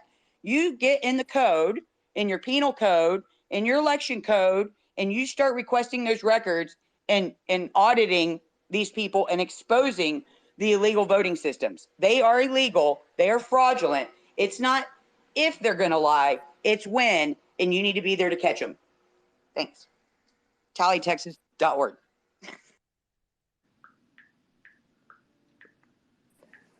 Thanks, Lori. Robert, you've tried to come up 3 or 4 times, bud. How's it going? Any day I wake up is a good day. Can you hear me? Yes, sir. Roger that. Thank you. I've been sitting here listening, and I agree with what's being said. One thing that I have not heard is something that I fought when I was a county commissioner in 2004. in Canyon County, Idaho. In fact, had I not been at the Idaho Association of Counties, the state of Idaho would have passed a measure allowing illegal aliens to obtain driver's licenses. The premise being that if they got a driver's license, why they could then buy insurance and everyone would be safer.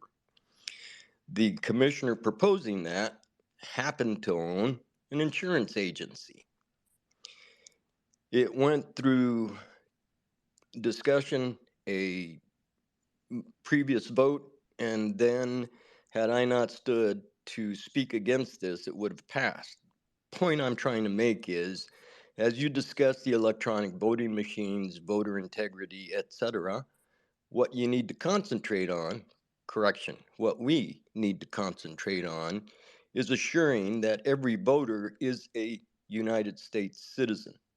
Especially with the way Biden has thrown open the border, the Democrats have just obtained, I don't know, another couple of million voters. My profile photo, if you notice, is me standing with two signs protesting the illegal alien unarmed invasion. And I did that at a Cinco de Mayo observation by the, whatever it was called, agency representing migrant workers. And they were marching on the Cinco de Mayo, and there must have been a few thousand of them who divided as I stood before their marching horde. Now, I also ran for Congress and lost. And after I lost, I wound up fighting the Social Security Administration for 5.5 years. I'm also a combat disabled veteran, so I was receiving my Social Security and filing that I had done so.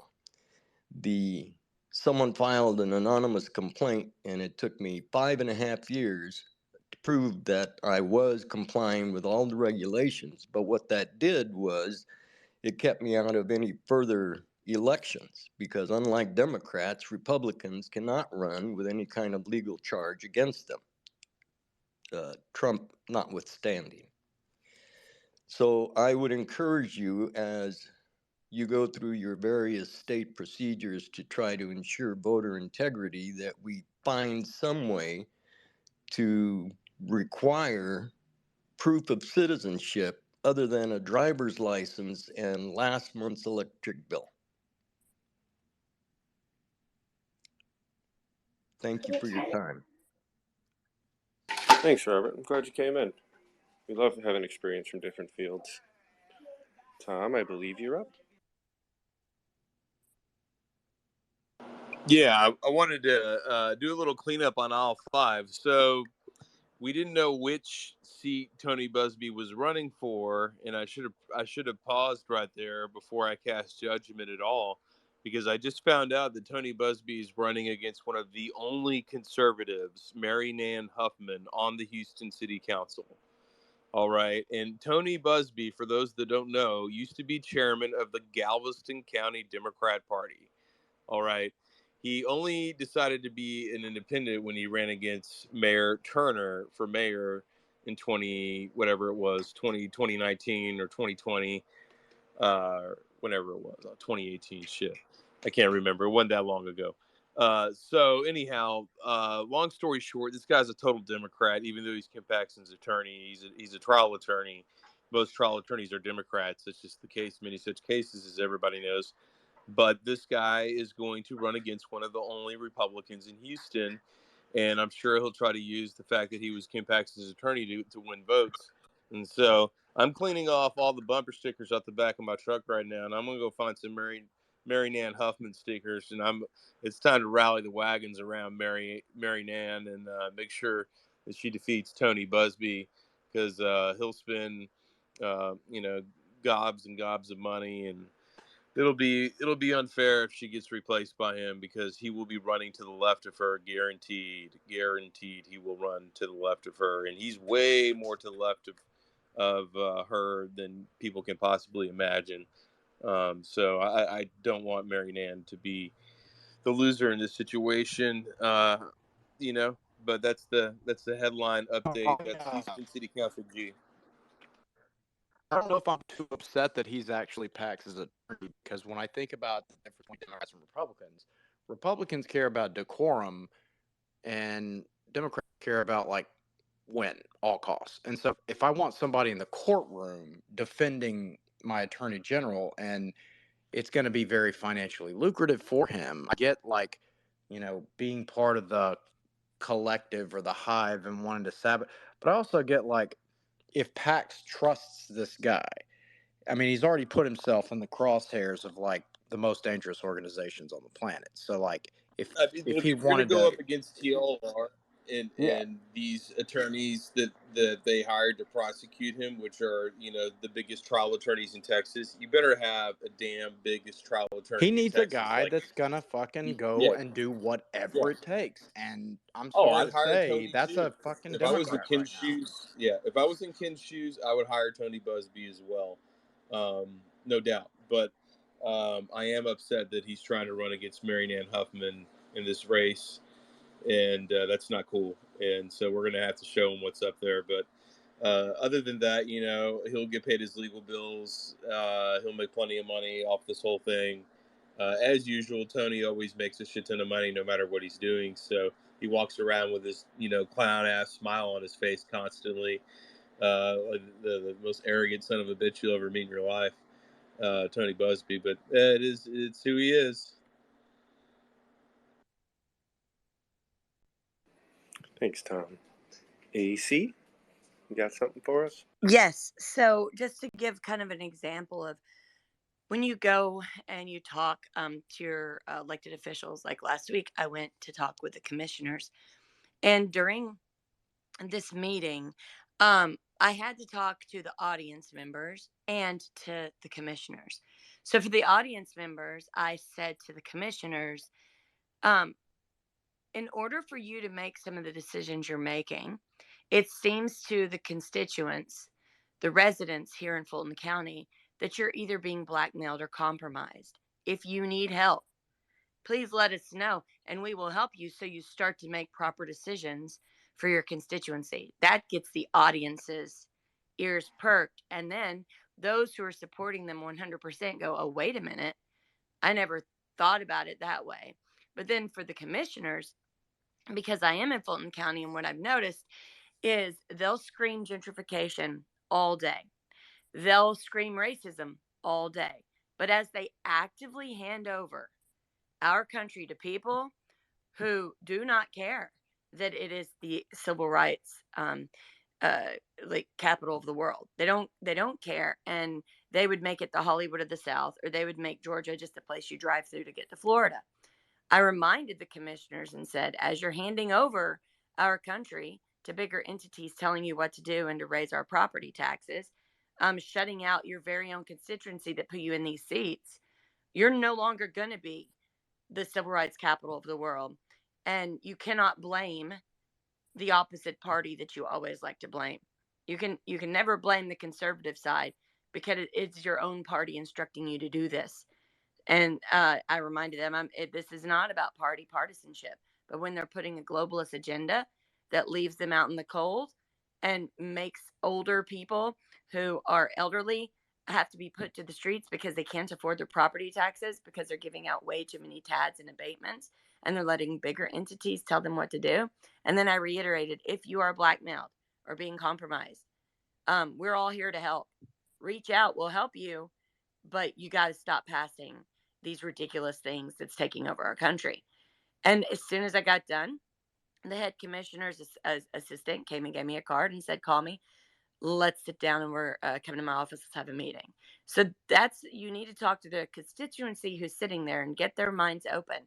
But you also need to remind the commissioners what they have to lose when they lose their seat and their position, because someone is just using them in order to take away their very seat. So you just really have to think about your linguistics in order to get their ear to then share other things with them that they actually need to hear in order to safeguard their constituency and not throw our country down the drain. Thanks, AC. I believe, Lori, you are next. You got a big yeehaw for me on that, AC. Are you talking about Fulton County, Georgia? Yeah, that's where I'm at. Yeah. Okay, so here's a great point. So Rick Barron used to be my election administrator here in Williamson County, watching elections, covering for the illegal voting systems here. He's an asshole. And he got put up, the executive election committee had to come together to decide whether or not they were going to fire him or let him resign. And there was not enough votes for him to be fired, but he botched 2012. Voters were getting the wrong ballot all across the county. And so they let him resign, and then he resigned and went and took the job in Fulton County, Georgia, and became the national disgrace that we see today. So anyways, I just wanted to tell you that fun fact. And I told the district attorney when I filed my criminal complaint, I said, this is the third election administrator that's had to lie and deceive the public about these illegal electronic voting machines. It is. It's not if, it's when. This is the third one that's had to resign. And when I filed that criminal complaint, within 2 days, the Executive Election Commission hearing was set. And within 2 weeks, Christopher Davis was handing in his resignation, and the county said, no reason given. That is all that they published in the newspaper, no reason given. Christopher Davis was the president of the Texas Association of Election Administrators in Texas, with Hyder Garcia, vice president. He is the legislative liaison but for the voting. He's like a lobbyist for the electronic voting machine companies. He stands up against every weak Republican-led priority legislation in the 87th and the 88th legislative session. This guy's like, he's the guy, every article the Texas Tribune puts out, they talk about Chris Davis. They've made him into a little god. He just resigned because we filed a criminal complaint. Yeah, Lori. So what's really funny is Rick Barron ended up shooting himself in the foot because a lot of us were watching the Zoom calls and would get notifications as soon as the Fulton County Elections Office would go on Zoom. And he admitted that not only were, oh my God, were the mobile units hooked to the internet, but that they had problems with the sizes of the paper and the way that things were scanning. And so we clipped those. We were passing them around. And we were like, why is he still in his position? And then he stepped down. And then Mary Cooney Coney put him back in. And then they asked him to step back down. And then he was ordered to step down. So they did a dance. And we were so pissed. But yeah, like every elections board has to do Zoom. And they have to publish it. So just make sure you get notifications for your commissioner Zoom, for all of it, and so that you can watch it, whether or not you're watching it live or on replay. Well, he needs a criminal complaint filed against him.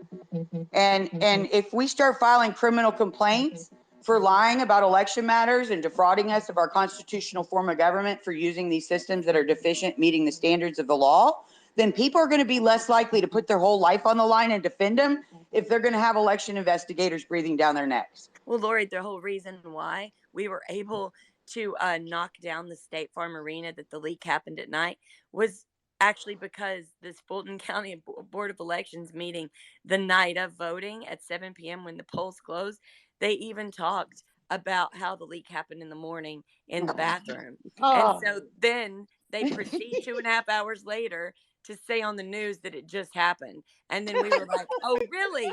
Here's this. It's clipped. Now explain this. And they had we already need that Zoom premeditated video, AC. We need That's that amazing. the morning.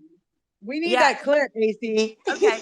And here's the funniest part is that a month earlier on a Zoom call, they had discussed, it was Mary Cooney because they were saying, what if we have an emergency while people are voting? What do we need to do? So she said, here's an example.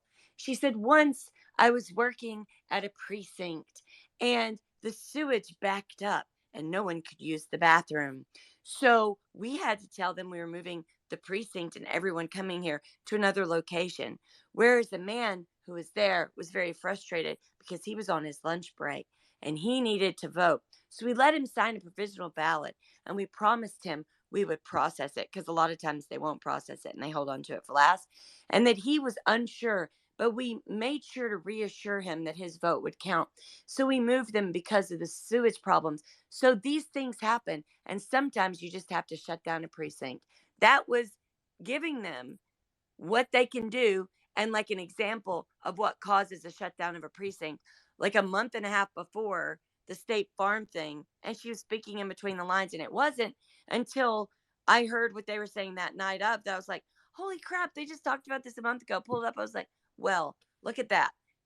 She gave like the sewage, this time it was the bathroom leak, but that's one of the things that can shut down your precinct. There's probably a handful, and they utilized one of the things that would explain why they were shutting the doors. But yeah, it's amazing what you find when you pay attention to all their words. It's Yeah, yeah. amazing. I'll tell you what's amazing, Lori, AC.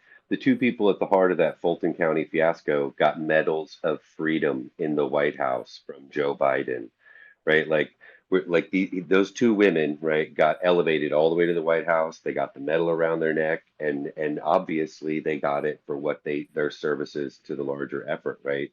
But I have to hope there's something is going to come of this conversation. Where are we at with it, Tom?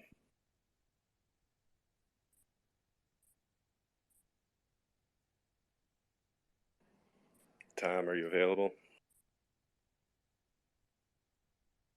Sorry, come back to me 1 second. All right. Chad, good morning, buddy. How's it going? I'm super, thank you.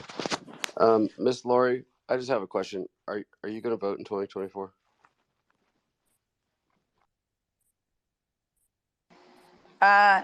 It depends if we get the machines out in time, because right now, the information that I know that I could commit voter fraud just by going and voting right now. Our systems are giving previous voters duplicated ballot that got caught up in a print job queue. And so I have a little bit more information. I did not, I don't want to start getting emotional, but I did not, for the first time in a very, very decades, I did not participate in the May elections because I know that there's no way for me to know that I've received the correct ballot and that I could be receiving the previous voter's ballot, because any voter can vote anywhere, and it wouldn't be the same ballot as mine, right? Because we don't do voting precinct voting. And so I have a little bit more information, and I've been so disenfranchised and injured by looking at our electronic voting systems and their certification reports. And so as of right now, if the same system, we have the exact same system that failed in November 2020, that generated unknowable and unrecoverable election results, and they have refused to take the system out of use. We had Princeton University. You can go read the article. It's pinned on my profile. Ma'am, I'm not questioning you. I'm just asking a simple question. Going to vote? Oh, yeah, I don't know. So I don't want to tell it. I don't know right now. So that's the answer. Because I want to follow up. What are you obviously are very involved in the machines and the issues that they have. Where are you currently in a percentage basis based on 2024 that those machines will in fact not be in your precinct or your state?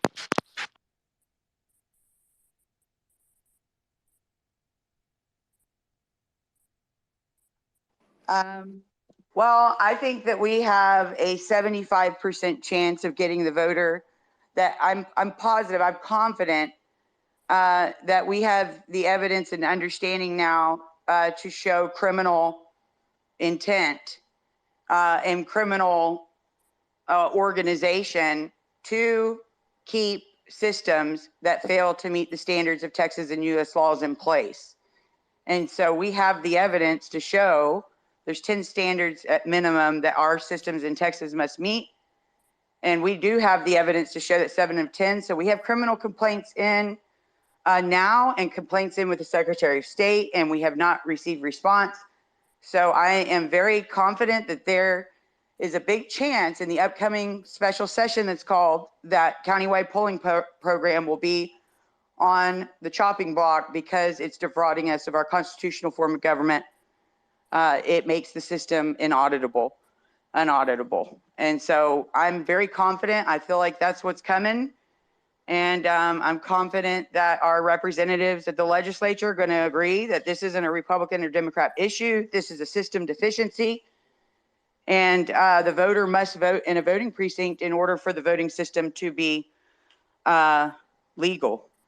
So I'm confident that's going to happen. If that happens, we're on our way.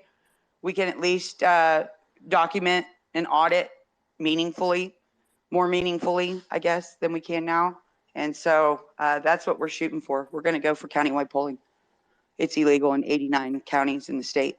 Lori, I have to ask, like, I wonder if, even if you think the system is flawed, don't you think it's always a good message to be like, we should vote? All of us should vote. Every chance you get, vote, go vote, Yeah, vote early if yeah, you want yeah. to, It's vote been at the hard. poll if you True. want to. But even if you're concerned, like, oh, I have electronic machines, vote on that bastard. Like, go cast Yeah, your electronic vote, right? Like, yeah, document the process.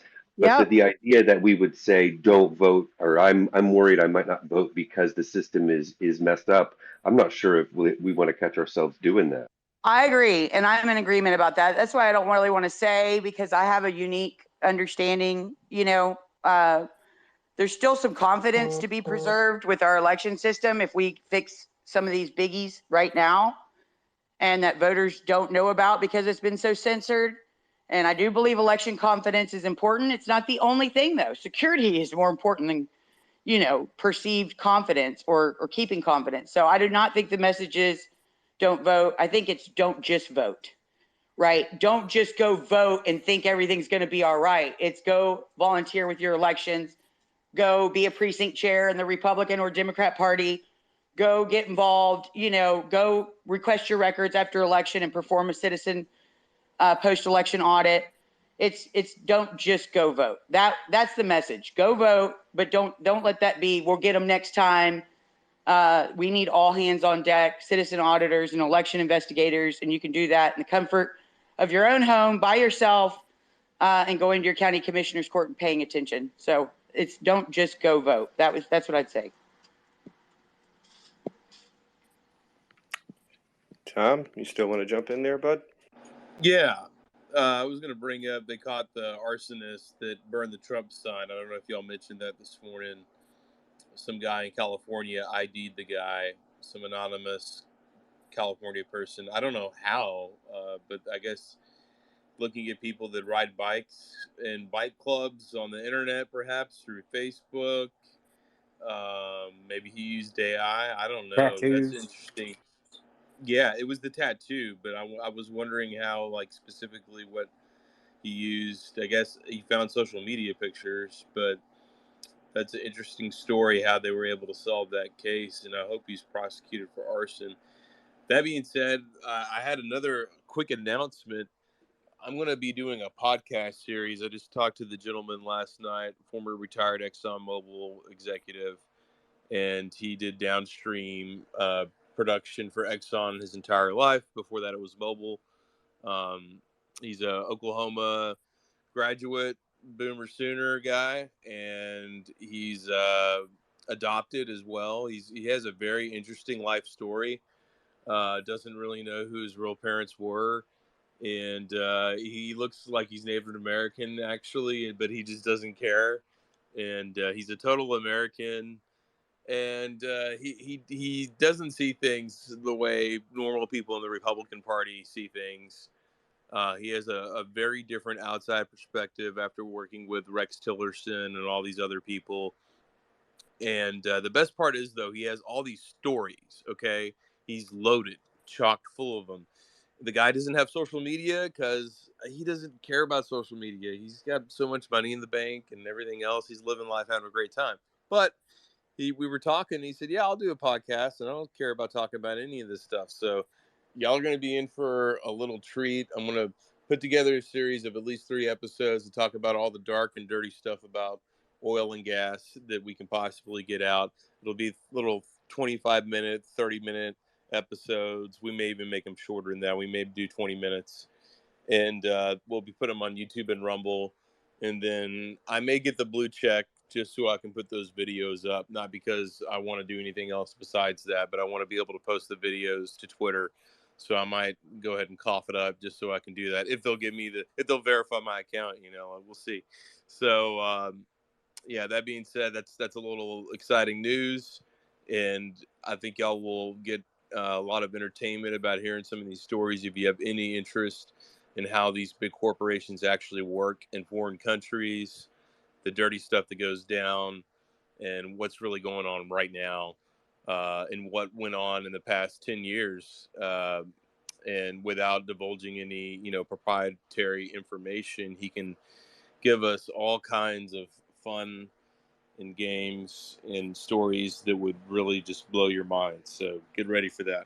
Texas oil and gas. That's how you need to start off your podcast, like Yella says. Yeah, I might ask Yellow to send me a MP3 or audio file, whatever, so I can include that at the front. But we'll see.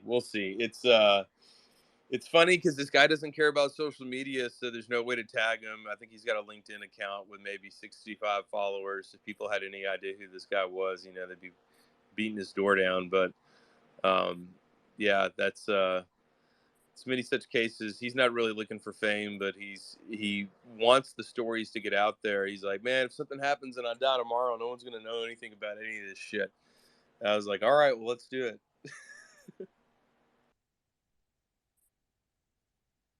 It's cool how that happens. You just have a conversation with someone, and you're like, "Hey, this should be a bigger conversation."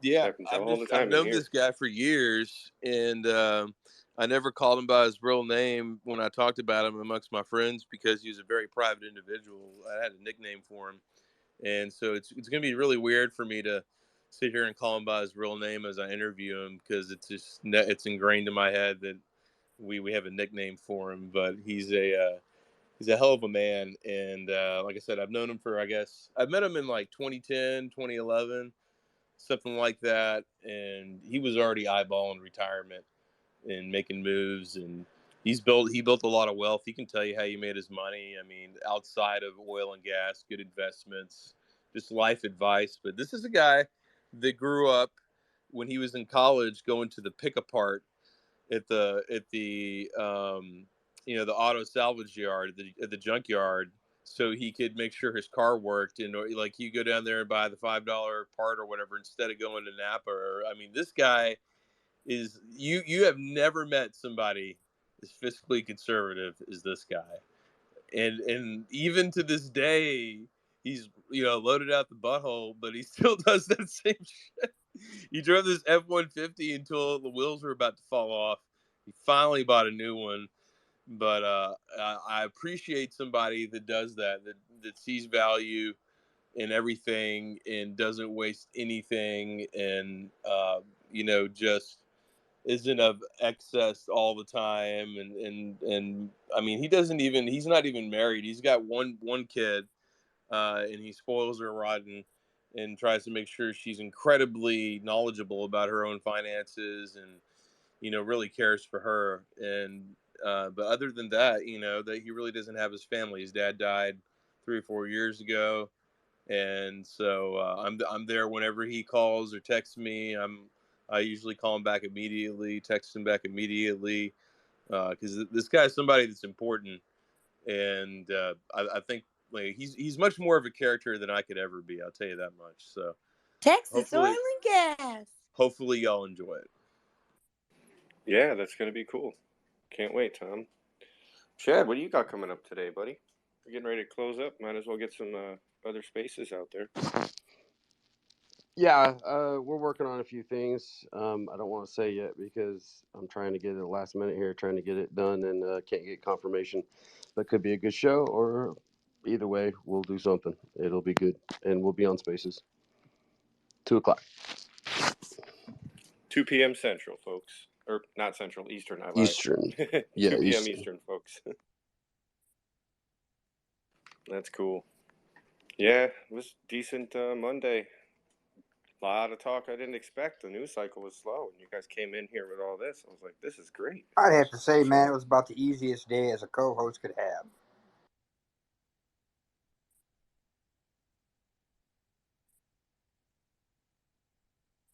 Yeah, I remember waking up this morning and going, darn, we've got 3 days worth of news, and there's nothing to talk about.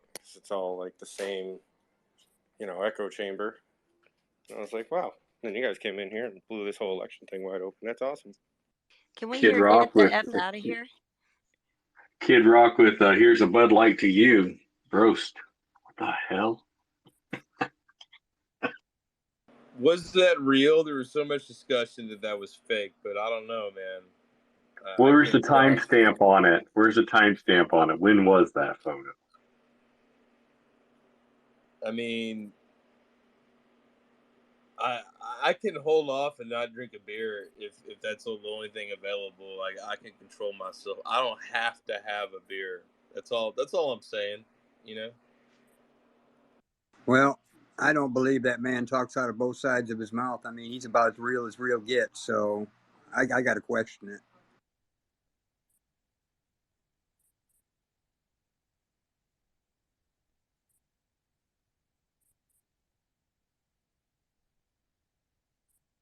Jonathan, I appreciate you coming in.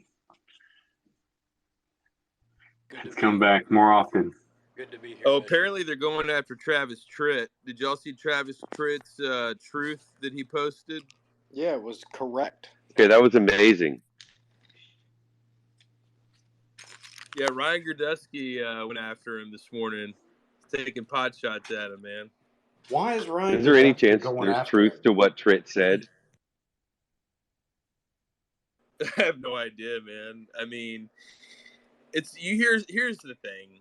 You hear a lot of rumors floating around all the time, and people tell you all kinds of stuff. And so, I mean, Travis Tritt I hear accused the stuff. governor. Wait, dude, he accused the sitting governor of Georgia of taking about a $19 million bribe.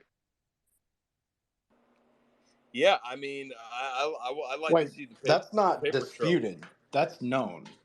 Like he took money he had a directly from $20 million Dominion. float prior to going in as governor. Like this is well verified, long known information.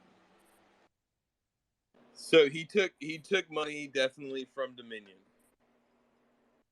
And who doesn't think Yeah, that Travis Tritt can't take care the of debt himself? that he had.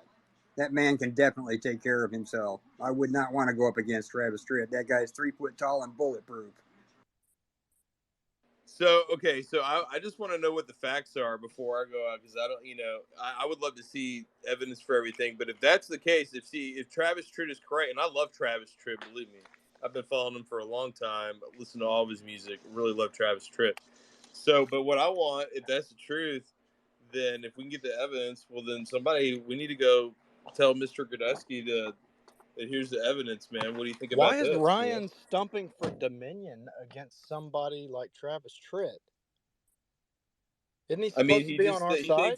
I guess he thinks everybody that listens to country music or sings it's dumb hick. I don't know. He hates Trump. That's why. But this is what I don't understand. Like, do DeSantis' people not realize, like, going on social media and being absolutely unbearable cunts is not the way to campaign for your guy? Also, Like, I'm just going to say, Jonathan, the amount of vocal fry in your voice makes not your voice, but the more your voice is fried, the more I distrust you. that's fair. Talking the smack.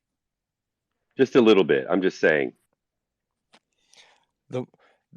It cuts in and out, so the more my voice is what? You distrust me? I just want to know what that word was. No, not you, Jonathan. I'm saying speakers in general. Oh, I gotcha. Like girls will up talk and like ask a question as they're making a statement, or they'll down talk and be like, it's the inflection that gets you, eh? I gotcha. Samir is really good with that. So you don't trust me, eh? I guess. Okay, cool. I can deal. I can't turn my mic off though for whatever reason.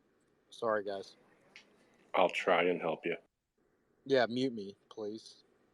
Just don't start eating pistachios and spitting the shells out. Yeah, Nuance does that. I'm like, you think people enjoy listening to you eat, like on microphone? Like raise your hand if you enjoy listening to somebody chew with their mouth open, for real. Like, what is this? What does Mario chew on Laffy Taffy while he's talking? I mean, I can only take so much of that.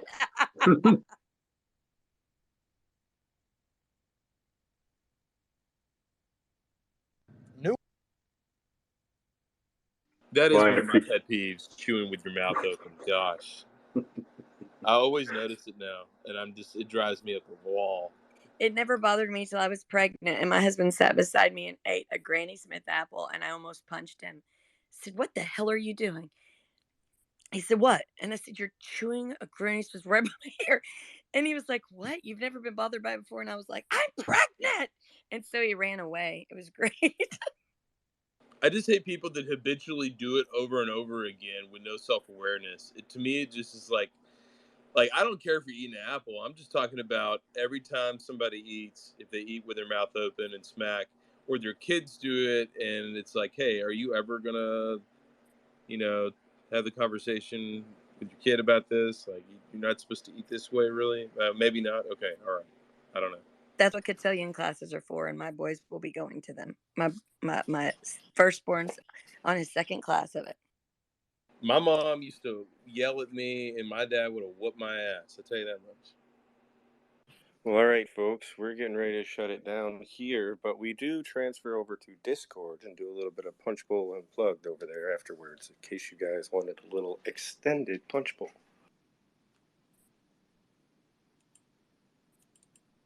Do we go to the live part of? People always ask me, Donald, where do you get your information, your style? Well, folks, let me give you the inside track. If you're a fan of Kevin, and believe me, he's one of the best, head over to the punchbowl.space for his top-notch merch. Jeff, another champ. His merch also at the punchbowl.space is something you'll love. And for those who want the 411 on tech and more, check out Tap for Nerds Locals right on his profile. Now, if you're not tapped into the Punch Bowl's Twitter community yet, big mistake. Swing by the Punch Bowl TM account, and if you're the chatty type, they've got a Discord. Just click the link on Punch Bowl TM. For the early birds, the town square is where you need to be. Every weekday, 11 a.m. Eastern. And if you've got a green thumb or just appreciate a good garden, don't miss Kevin's Garden Cast on Tuesday nights, 7:30 Eastern. And here's my pitch. If you love America, steak and a good round of golf, show some love. Like and repost the space. Be a patriot. Be part of the best community out there.